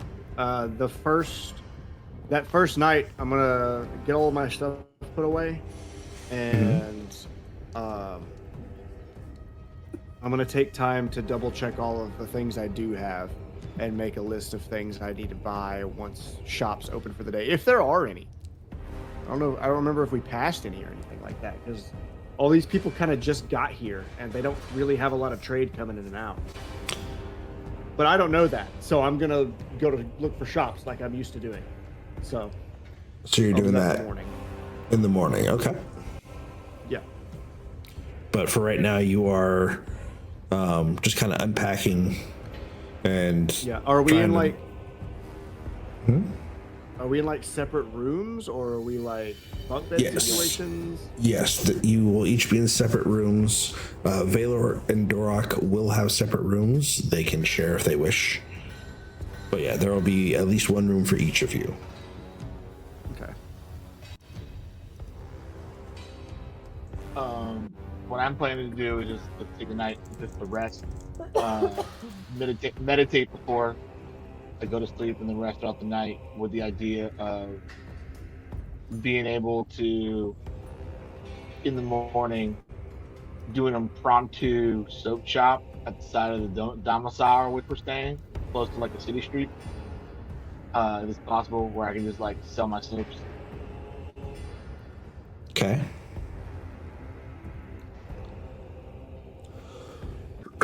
When you meditate, do you do it out in the open, or are you doing it behind your closed door of your room? I usually try to do it in open air. So if the domicile we got, is there like a patio or a way for me to get on the roof and do it up there? Not on the roof. There is like a balcony up top on the second floor. Yep. And it's outside. I want to say there's 2 rooms that have a balcony. It's a shared balcony with a divider, like down the middle, kind of like a cruise ship. That works. I can do it there. Like when I meditate, I don't care if it's in private or not. Okay. Like I've done it on the ships or boats. I've done it on the field. It's just that is where like it doesn't matter where. So I'm doing it out in the open pretty much. So you can see exactly what's going on if you want to see me meditate on that. Seeing Tube meditate, are your eyes closed or anything like that? Like how are you So meditating? basically, I'm sitting there. So I lay my surfboard shield on the ground. I sit on my surfboard. Shield. Not really crisscross applesauce, but my legs crossed in front of me, with my knees up, and my fingers basically just resting on my knees, and I'm just taking like deep breaths in and deep breaths out. Seeing you meditating on the balcony, Noeon's gonna recognize what you're doing. Maybe not why you're doing it, but what you're doing. And he'll step out not far beside you, like close enough that you'll notice he's there. You'll like hear him ruffling around, and he's gonna kneel down with both knees, maybe about a foot apart, and then sit back on his feet and just kind of look off into the distance and quote meditate with you, quote. Okay. And as you sit down, and you start to like quote meditate with me, I kind of like side glance you and just smirk, and just like breathe in, and as I breathe out, like a biggest smile just hits my face. As you do the breathe in, breathe out, I match however you breathed in, breathed out. Like, however hard you do it, I match it.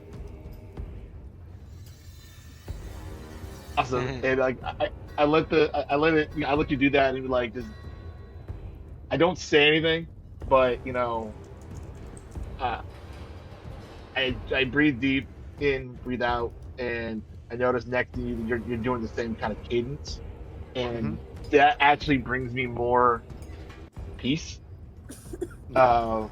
You know, because I'm one with something else other than myself. It brings more of a collective to it, so it just brings me more comfort as you do it, and I don't know, more of a sense of serenity. Right.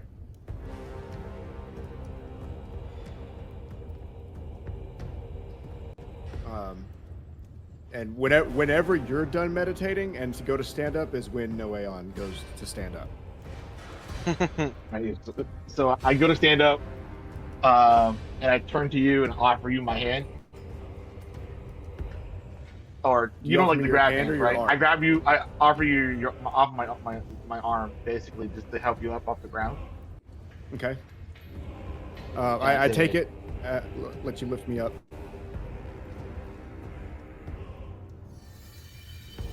I'm hoping you're finding your peace beyond you, and I just gonna walk out.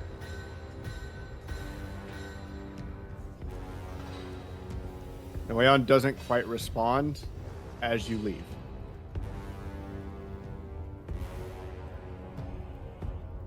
There's a look of what looks like contemplation with what you just said and like how you Meditated.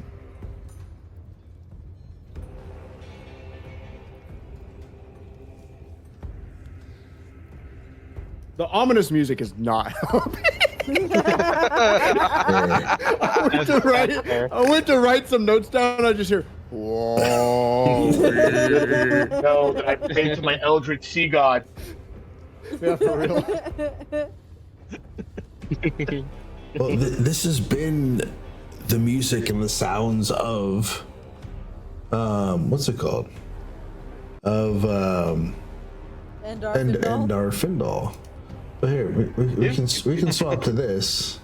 No, it's fine. It works for me. It went quiet. It went quiet as I was typing out what just happened in my own little like synopsis notes, and I just heard, "Whoa, wee." It threw me off for a second. He is the eldritch sea god named Deep. He is the god of nuts. Eats nuts. Yeah. That's great. No, after as I walk out, I go back to my room and I just I bring my surfboard with me, obviously, and then I don't sleep on a bed. I put the surfboard on the ground and I sleep on my surfboard. And then while the other groups go and do their tea time and their learning and stuff, like smart kid stuff, Noeon's gonna head back to his room after that and take care of himself again. Just the way you say it is what gets me. It's so matter of fact.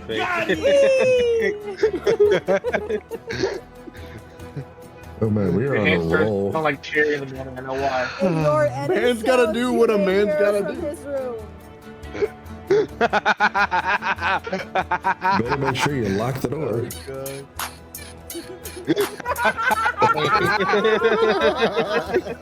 That was beautiful. 2, 3, 4. Oh, this is great.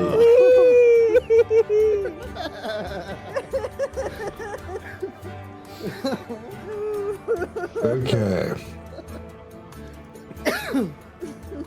Well, okay, you guys are doing that. You meditate, and you're gonna set up your soap shop, right? Yep, that's my idea. Just sell soap. Now, this is in the morning, right? You guys are meditating, or are you trying to do that throughout the night? before bed. That was before bed. Yeah. Okay. So Dorak and Valor, you guys are trying to get to the archives, yeah? Absolutely. Yes. Before bed. Yes. Okay, so you guys walk around, trying to figure out where the archives are. Where are you going? Well, I assume she would have told us where they are before, right? If not, She just said that you have access and you shrug his left. shoulders. Huh? Zorak's just gonna shrug his shoulders like, I don't know where it is. Let's ask around. Okay. Yeah, is there anyone on the streets? Yeah, is there anyone around? Not currently, at least not around where you're at. If you give me a direction to go, I will let you know when you run into one. I start walking back towards the citadel. I'm guessing there's gotta be some guards over there. The same route that you took, or are you cutting through the buildings this way? Oh yeah, let's go through the buildings. Let's see. Let's explore. Why not? Okay, well then this music is perfect because you make your way through this alleyway, and right when you get to here, this building right here that I'm clicking on, Yep. you hear what you hear through my bot. You hear some music being played. It's fairly cheerful. And Talion, you would start to hear this as you're walking down this path because I think you're doing it the same way. But Dorak and Valor, you guys hear this. You hear kind of plates and silverware and whatnot kind of clamoring on the tables. You hear people toasting, and it sounds like a tavern. Oh, cool. So, Oh, you know what? We should ask inside the tavern. I'm gonna go inside. okay. Sounds good. Okay. So, you guys both go inside the tavern. And the tavern is not, it's not a tavern. It's looks like a house. Now, Talion, are you continuing on to the Citadel, or are you drawn by the sounds of tavern as well? I'm continuing Citadel. Okay. So I'm going to kind of travel back and forth between you guys for a second. But here, this house, you see that there is a guy behind a bar. It looks like somebody took out an entire kitchen and placed a kitchen island spanning wall to wall. And that's the bar top. And then the back wall where the kitchen would be, there's a sink and an oven and whatnot, but it's just shelves that have booze on top of it. And people here are cheersing and doing all sorts of things. And you see there's a bunch of potion bottles sitting along the shelves. There's none of them that are labeled. Oh. And you see people going up to the bar, and they get the attention of the barkeep, and they point out a bottle, and he takes that bottle and he pours out half of the potion into a mug, and it's about the size of a cocktail or a stein of beer, and hands it to the guy, who tosses him 2 gold coins. And then he puts it back on the thing, and then they leave and head back to their table, presumably to drink it. You see, there is somebody that is wandering around piss drunk. You see another person sitting in the corner, like at one of the corner tables. His head is in his hands, and he's pinching the bridge of his nose. You hear somebody belches extremely loudly, and then he takes a dagger. He throws a dagger over his left shoulder behind him and gets a perfect bullseye in the dartboard on the wall. Nice. I'm going to approach the barkeep. Okay. Is the bar too high for me? Yes. I'll pick him up. I'll pick him up. No, not and- public. Stop. and set him up on a bar stool. No, I got the door. Stop. oh, I'm bad. My bad.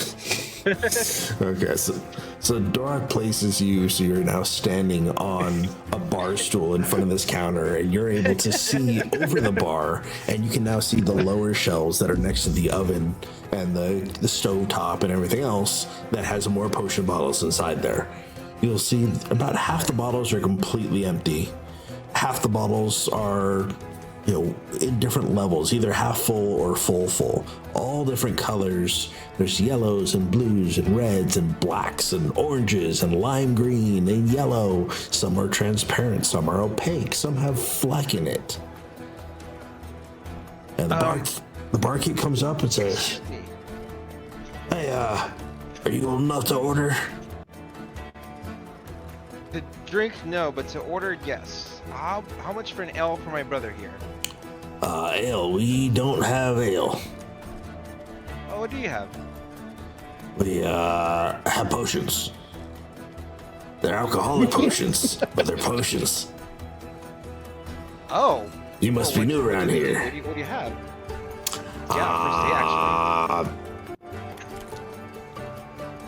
He leans in after contemplating for a second. He says, I don't know. It's kind of a I'll take the random thing. I'll take a yellow one then.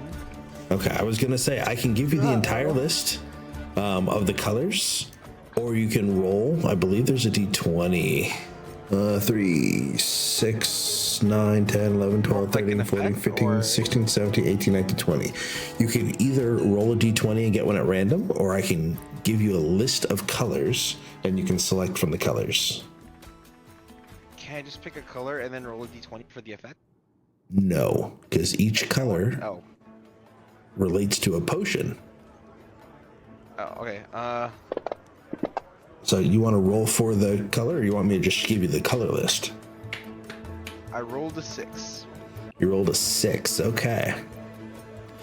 So it says, oh, you were close. That's one off from the yellow. It's a gray one.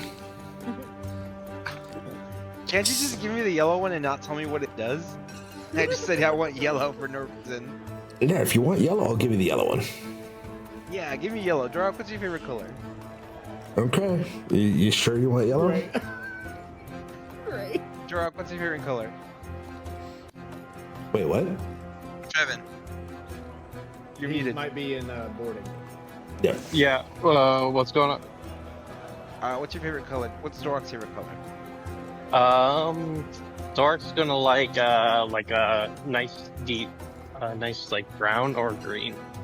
Here, let me put this Give me in a game green chat. one. Okay. There is lime green, there is olive green, there's emerald with gold fleck. He'd like olive green. Olive green, okay. And Valor wants the yellow one, right? Yes. Okay. So he says, My favorite color. that'll be 4 gold. And he goes back. Gold? He goes back. He pours the yellow one, which is now the last one, the last half of the yellow potion, and the olive green one, which he what's it called? He pours half of it into 2 mugs and brings them back. Oh, he's not giving us like bottles and he's pouring it out for us? He pours them into a glass for you. Ooh, I don't drink. Well, That's good. I'll drink. I'll drink your portion if you really. no. Wait, Dork, what's that over there? Oh. And Oh, what? I chug, He's gonna look. and I chug mine. Okay. Valor, I do not see what you were saying. there's nothing over there.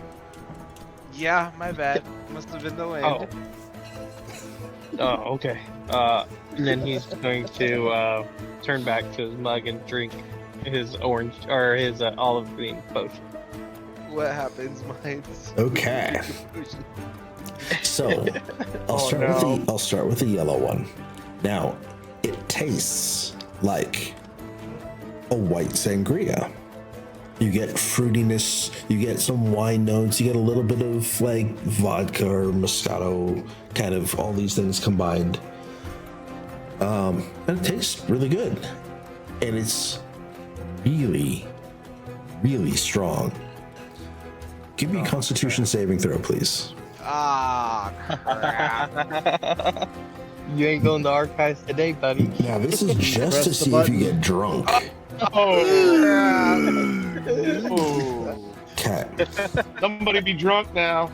Well, if you chug the entire thing, you are absolutely shit-faced. Oh, Now. This is literally like a kid's first time drinking. You wanted the yellow one. I asked you to confirm. You need to roll me a dex saving throw, or you are going to wobble off the bar stool. Hold on, let me look what drunk does. D&D, just in case. I don't even know. Also, I'm just making this up as I go. I don't think it's a thing. Yeah. Okay, there's no. The only thing is, yeah. I'm saying you are now drunk, and because of that, oh my gosh. Can Dorak try to catch him Wait, was before that? he falls off? Why did I roll? the Wait! versa? Halfling luck kicked in. Halfling luck kicked in automatically. oh, It's a So 9 that- instead. so that doesn't count Oh, is that Wow. as a critical failure. Okay. Well then, I'm a halfling. Okay, so guys, real quick, I have a character. My character is 15, and this is his first encounter with alcohol ever. well, Dorak is a terrible older brother for even letting you sit at the ball. I have to say, I, as a DM, do not condone underage drinking. It is bad. Don't do it. This is in game. It's a fantasy make believe, so it's okay here. It's Europe here. He can now see over the bar, therefore he can order. Now that the disclaimer is out of the way, go ahead. I agree. I don't condone underage drinking, but at the same time, we all know like teenagers like. They all We don't want do to. it. I definitely drank from my mom's quote tea glass a couple times. Yeah. Tea glass. But anyways, what happens with a 9? Or with an 11, actually? Okay, well, with an 11, you slip and you start to fall off the bar stool. Oh, But you're able to reach out with both hands. One hand grabs the stool, the other hand steadies yourself on Dorak, and you don't fall off. But you are seeing double. Like, you are absolutely schnockered. Dorak, this is awesome. I can read twice the amount of books now. If we look at the archive. Did you drink? Mr. Bartender, where's the archive? Now, I'm asking because I like books and shit. Dorak's just gonna be just like kind of like what the heck? What am I supposed to I do like books in this and situation? shit. now, Dorak, hang on. Dorak, I know we're not related, but can I say I'm proud to call you my brother? You've always been such a good brother. Ever since my parents left. Oh, he's a sappy drunk. Oh no. Oh no! Of course not, yes. Taylor. Well, hang on. I very much love you as well. There's a lot more to this. I need to know, Okay. Dorak, have you sipped your potion, your drink? Yes. Okay. I would say he drank about half Okay. in one gulp. Okay, so you sipped your old-fashioned, which is what it tastes like. It's bourbon with a little bit of simple syrup, some bitters to give it aromatics and a little bit of flavor, extra flavor to it. Now you feel extremely clear-headed. You are suffering, quote unquote, from increased metabolism. You can't get drunk for an hour. Alright, Dorok, after being able to like get this, can he give the rest of the alcohol to Valar to counteract his drunkenness? You can, but I'm getting to the next part. Oh, okay, sorry. And we will come back to that, I promise. So, Okay. as you're sipping half, you notice that Valor is about to fall off the stool. He steadies himself on your shoulder, your arm, and he grabs the stool with his other hand. And as he says, "Oh, this is fantastic, Mr. Bartender. Where's the archives? I like books and shit." Valor, you start to get the most painful stomach cramps that you've ever had. If you've ever had that. Your stomach has you doubling over in pain. Now, the positive effect is you're drunk as fuck. The negative effect is that you can't move as quickly as you used to. You have negative 10 feet of movement per turn. Oh no. Oh, crazy. Dorok, you notice this, and you notice that as he was slipping and starting to steady himself on your arm, you had already started to move to reach out, but you feel yourself moving much slower than normal. You are basically feeling very lethargic. Even though you can't get drunk, you are just, you feel like you're stuck in molasses. You have -3 to initiative. So your reaction times are all sorts of 3. Yes, -3 to initiative. Wow. Okay.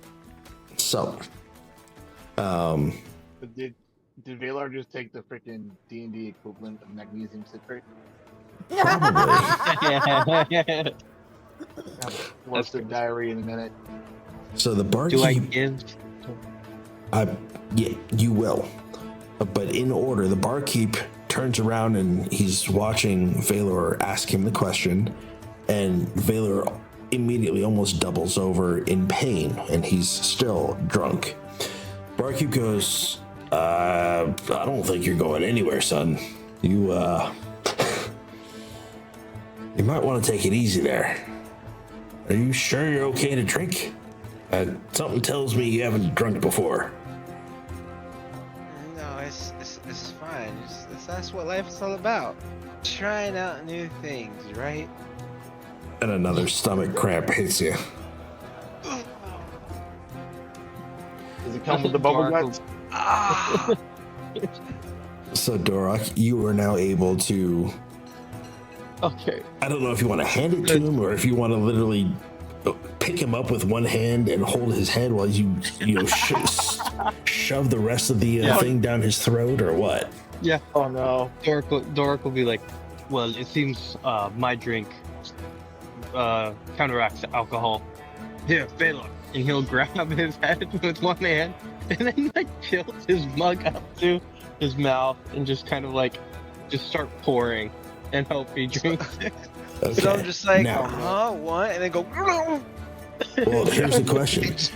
Do you let it happen, Valor? Make the same noise. Yes, I trust him. I'm drunk. I can't fight back. Well, I was going to say, if you're drunk and you're just like, hey, what are you doing? And you want to fight back, you can make a save against it. But if you let it happen, I mean, it's up to you. I'm giving you the option. It's your choice. No, I'm saying, like, I guess because like I'm drunk, and he did it so suddenly, I'd be like, what?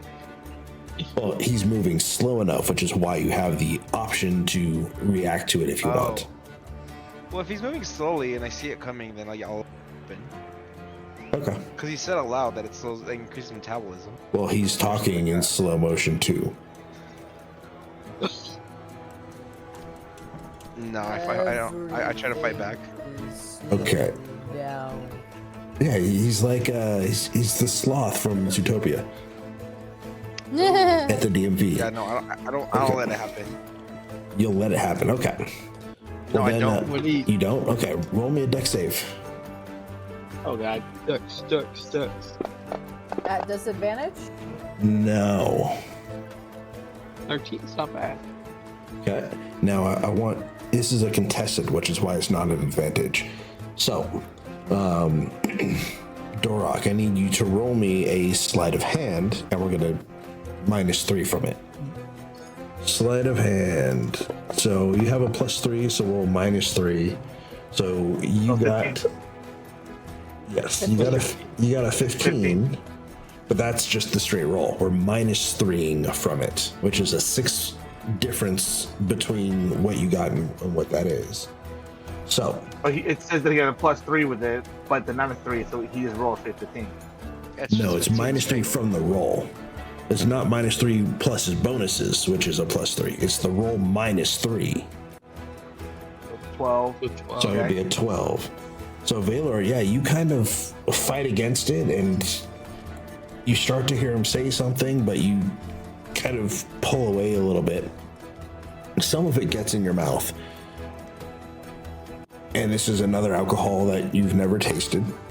But it tastes kind of sweet, kind of balanced. It doesn't taste like a wine, which you just had. Are you still fighting it?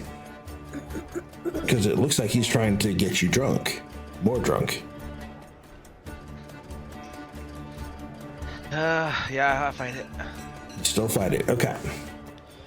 Well, then you do not get enough to sober you up. And the rest of it just kind of pours on the stool.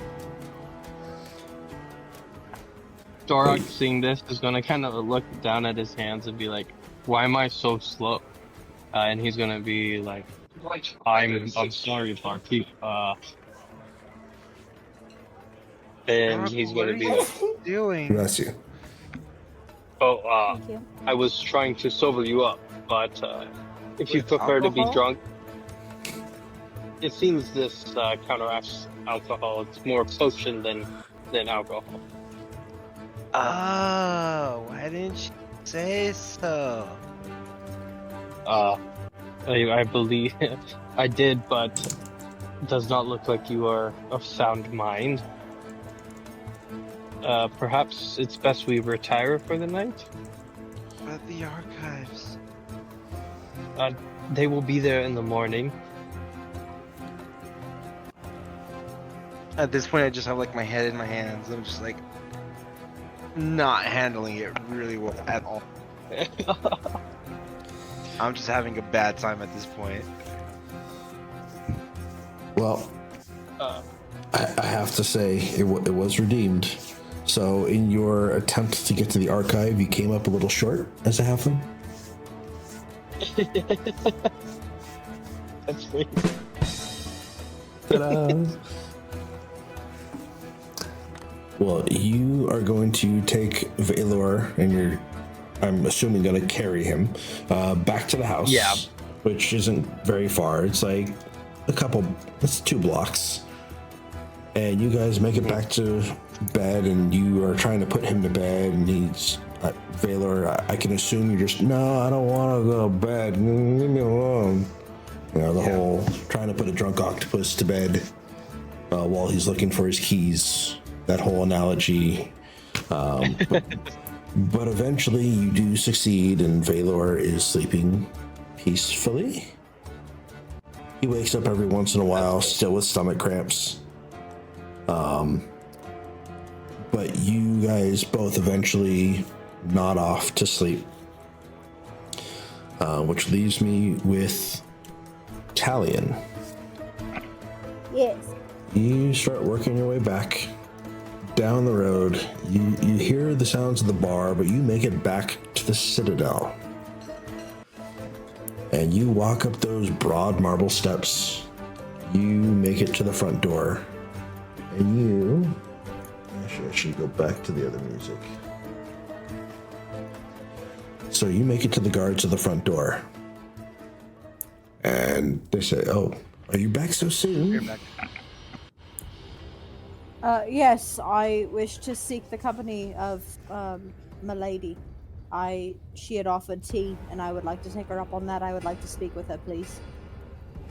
And he kind of looks down at his wrist where a watch, would be on a normal person, and says, "Do you know what time it is? It's late." Of course I do. Yes, I know what time it is. However, chamomile tea is oft best to drink before sleep. And I would like to please discuss a few things with her. As we are to set off in the first thing in the morning. All right. I have no idea if she is accepting visitors, but in you go. And he will step aside, open the door, and allow you in. You may try the throne room first. That would be the most likely place to find her. Otherwise, you might be able to ask somebody there. Of course, thank you. So, we're just gonna do theater of the mind here. But you end up walking down the hallway. And you're able to find your way to the throne room. Of which case, she's not there. Instead, you see that there are two guards that are standing at the door, just looking at each other. And as you open the door, they look, and you can see that they're not expecting to see you.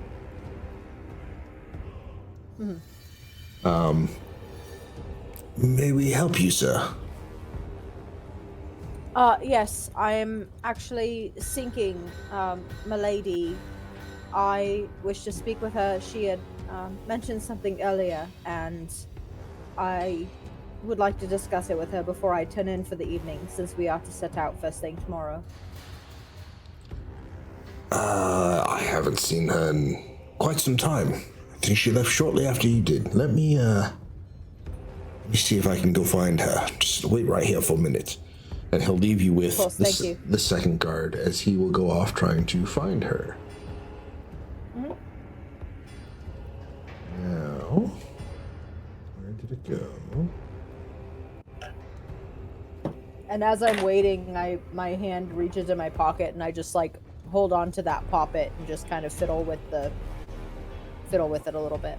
Okay. Well,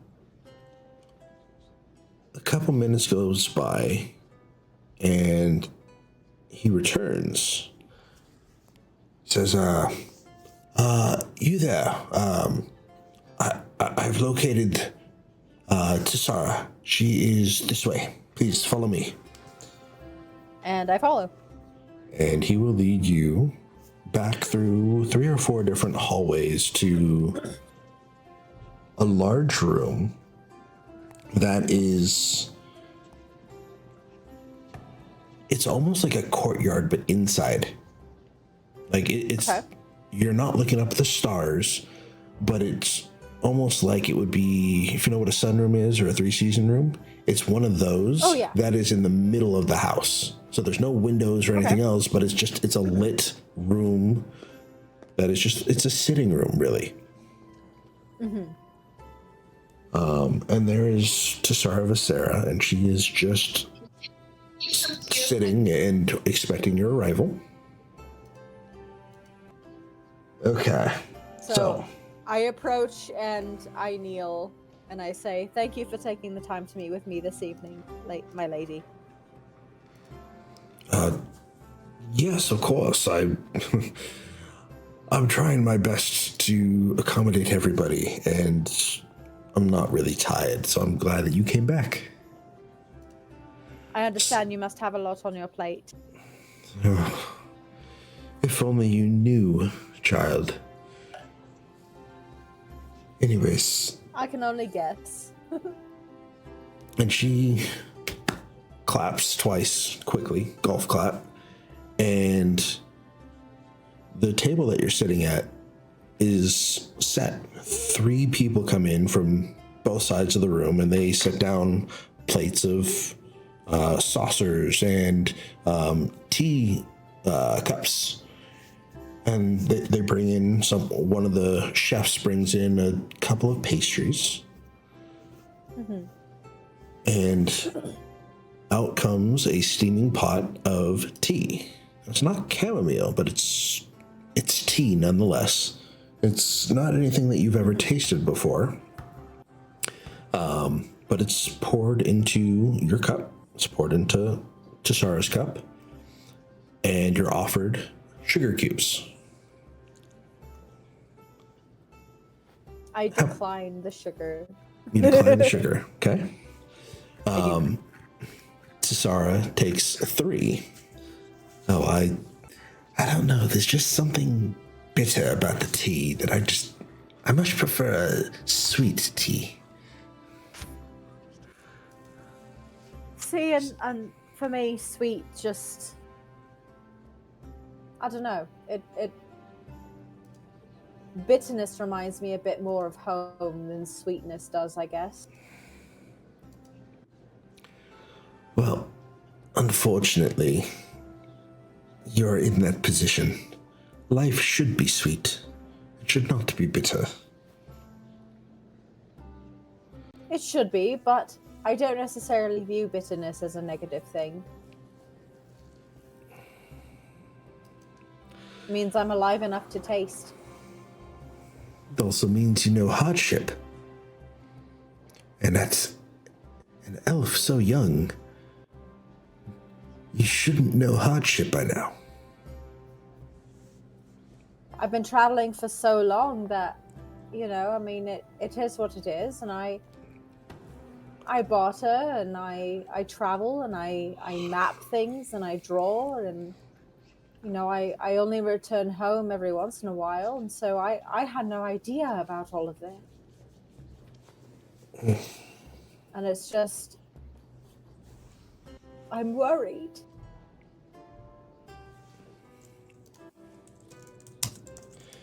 Worried about what?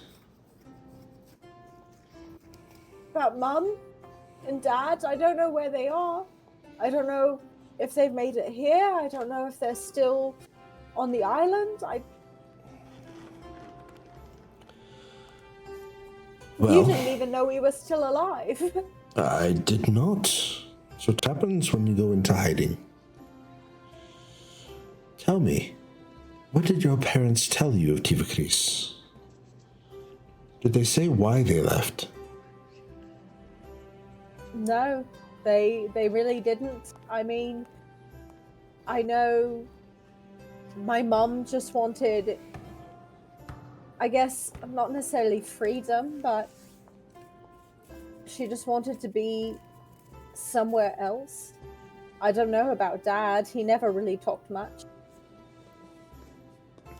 But, they sent me off to school. I had a good education. But I wanted to travel. I wanted to see the world, and so I did, and now I don't know what I'm supposed to do. Because I don't know where they are, and now I have to find them. Right? I mean, that's the right thing to do, right? Is to find them, to know where they are. And you see that she's watching you, and her face, the color is slowly draining from it. My child, I don't know how else to say this, but any elf that has not been brought here is, well, either gone or has evaded being detected. Now, I can't tell you one way or another whether or not your parents are still alive. But what I can tell you is that they were very, very good at what they did. they decided to leave Tivakris. And they took with them a very special set of skills. I'm not surprised that they were able to survive without contact with any other elves. Or at least any that communicated with us here, or back at Tivakris.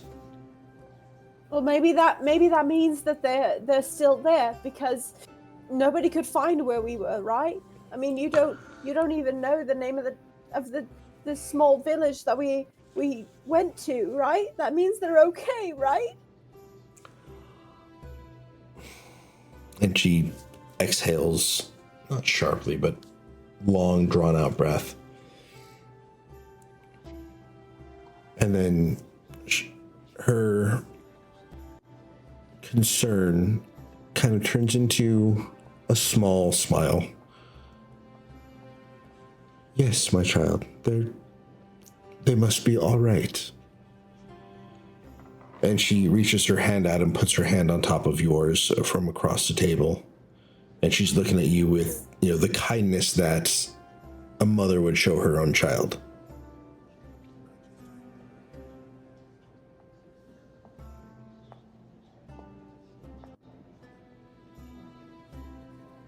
And the tears are just pouring down my cheeks.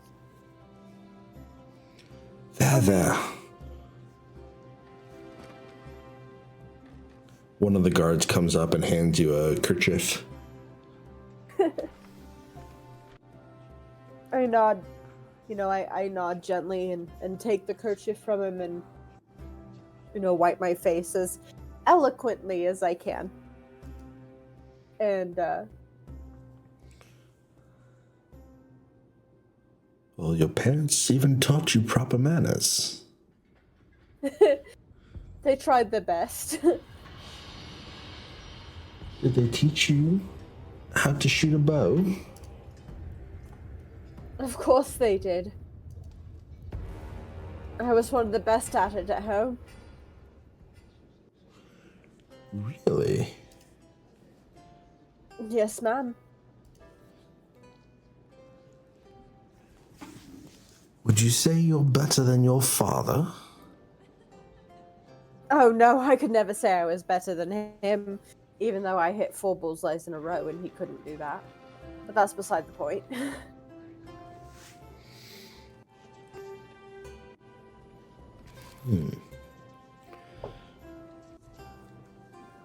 Well, there may be a reason you're here.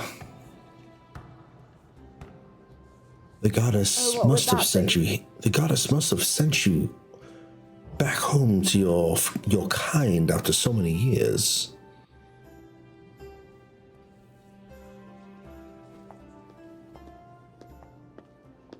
I didn't realize how long it had been since I'd been home. I didn't even know.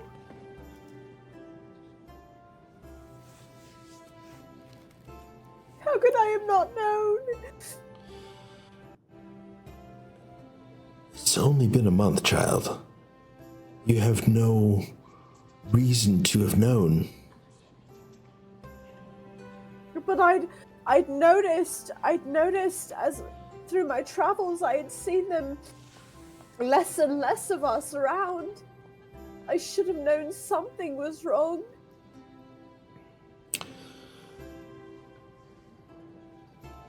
Well, you seem to be mistaken. We are not being killed, my child. We're all being brought here. Yes, But aren't we though? A few of us have Aren't perished. we though, milady? There's something happening to us, whether we're here or not. And that's why we must find the rest. And figure out what is wrong with us before it's too late.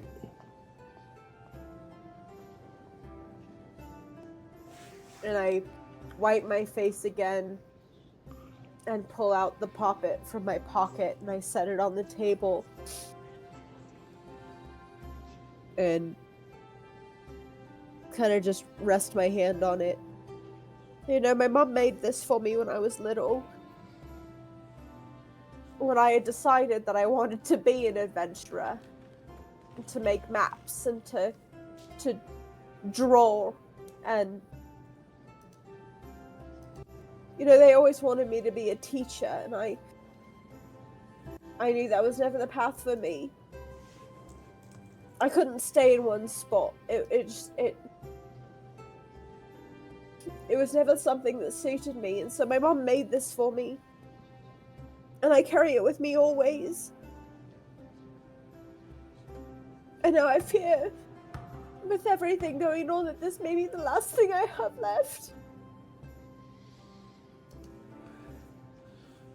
And she looks at you, and you can tell her heart is breaking for you. She goes, "We'll keep it safe.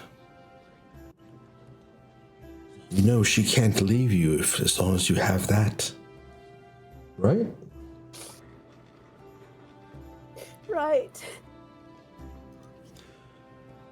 Well then, we'll just have to make sure that you never lose that. God, I hope I never do. If I could stitch it to myself so it would never get lost, I would.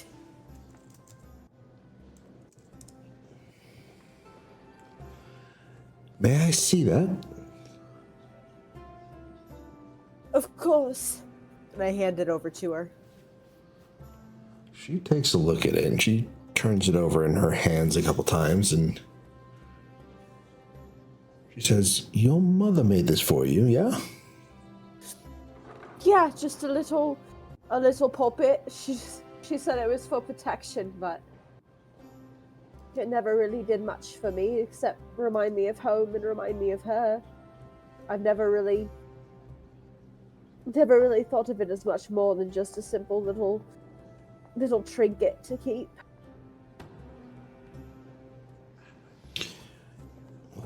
It's a very wonderful trinket. It's... Yes, it is. You see the craftsmanship here?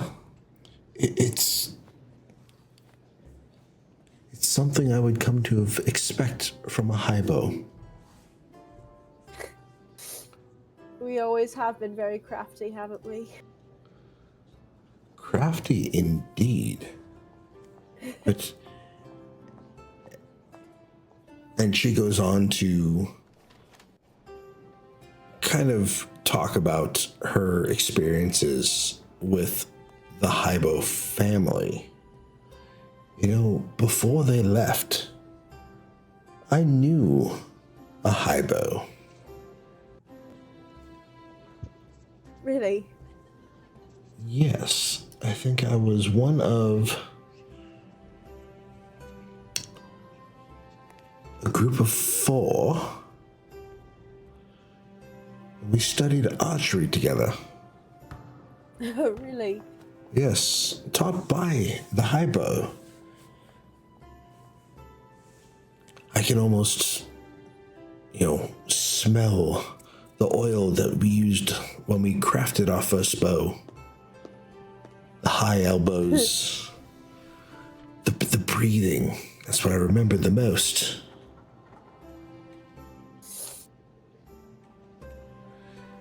My granddad was always the best at that. He made my bow.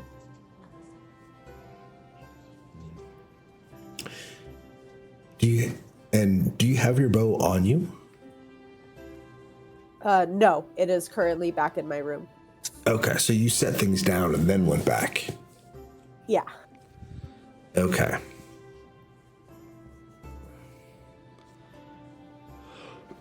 Excuse me. Well, she says,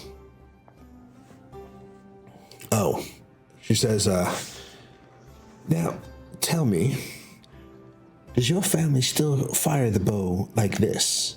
And she takes a sip of her tea. She gets up and pulls her arm back as if she's drawing a bowstring. Right, she's knocking an arrow and pulling it back. And you see she's standing kind of almost in a squatting position. Like her knees are bent, not 90 degrees, but she's got her arm out. The elbow is higher than straight on, and it kind of turns the bow sideways a little bit. Not horizontal, not vertical, but somewhere kind of diagonally. Diagonally. Now, this is not the way that you fire your bow.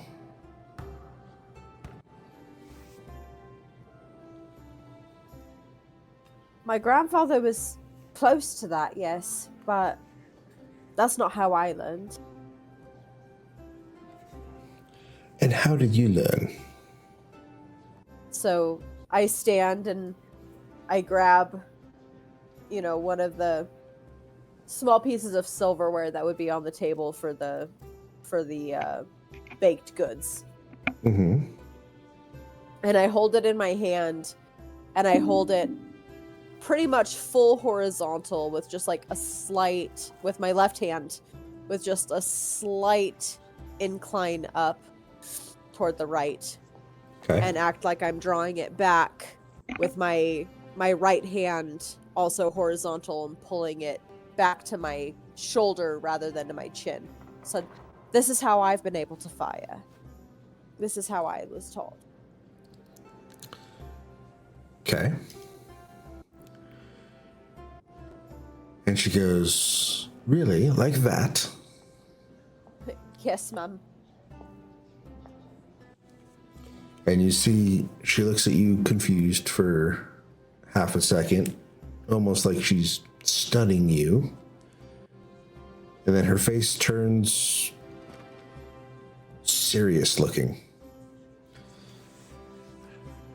And then it morphs from serious to a big smile on her face. She goes,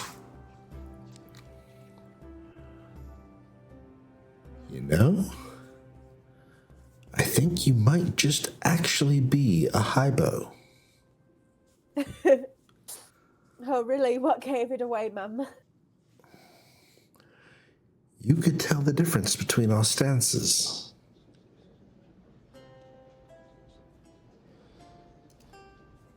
Well, of course I could. I was trained by the best. Well, yes, but there are many that have come forth claiming to be highbow. So I've developed a test. And I had to confirm it formally. But you have no idea how thrilled I am that your family lineage is still around. I fear that we may I'm need... just as thrilled, milady. I fear we may need your skills come a little bit later on. Well, as I said before, milady, I am at your service forever and always. Well, you now bear my seal. Anything that you need, you let me or my people know, and I will make sure that you have it if I can provide it. Of course, Mum. Thank you so much. And the tears just start falling again. And she leans forward, and at first you think she's leaning forward to hug you, but then she places her hand out. Basically, her elbow is slightly bent, but her arm is almost straight out, and her fingers are pointing down towards the floor.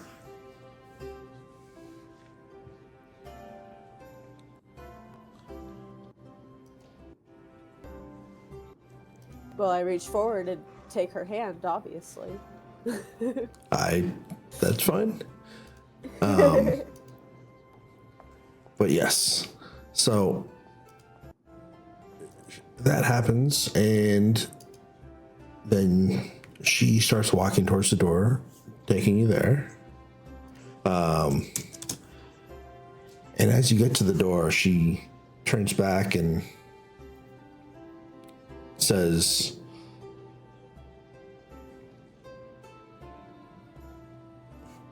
make sure you stick around. Life tends to change at a moment's instant. You never know what you'll be surprised with. And then she opens the door. I'll try my absolute best, milady. So she opens the door and walks out. And you follow, and she will walk you to the door of the Citadel. May you have a good night and a night full of well rest. You as well, milady. Thank you again for your time. And she will just give a very slight nod and then turn around and walk back towards somewhere inside the castle. I'll, watch her walk away just for a moment and then start making my way back to my room. Okay. To call it for the night. All right. So that leaves Noaon. I believe you're still around, right? Done taking care of himself. Okay. One more for the night. Yep. But real note, technically yes, I'm up, but I would just be in my room. Okay. I was just wondering if there was anything else you wanted to handle or take care of before you go to sleep. So we will call it there then. Everybody has concluded their events for the evening. I need to figure out what Ernweig is going to be doing. And you guys are planning on sticking around for an extra day, which will set some things into motion.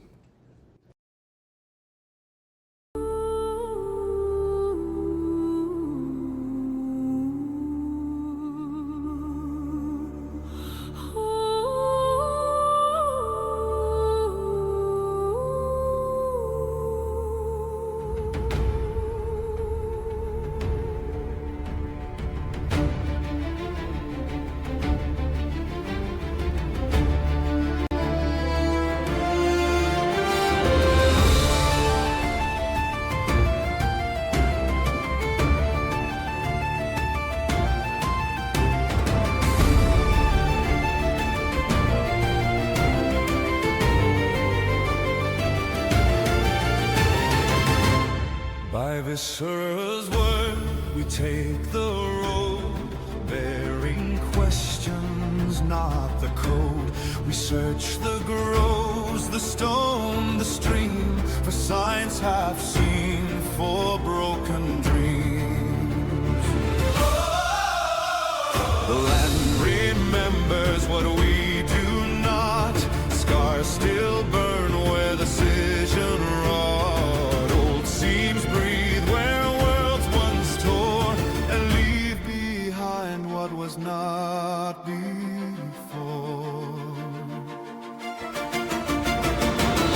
Each true we find us something new. Each trial bends what we thought true. Not knowing yet what it must be cured, only knowing it must be endured. So side by side, through doubt and night, we buy them time to set things right until the truth steps into sight.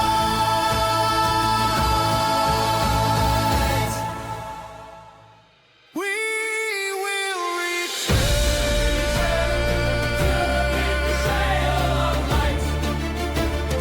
We will return To the betrayal of light. We will return.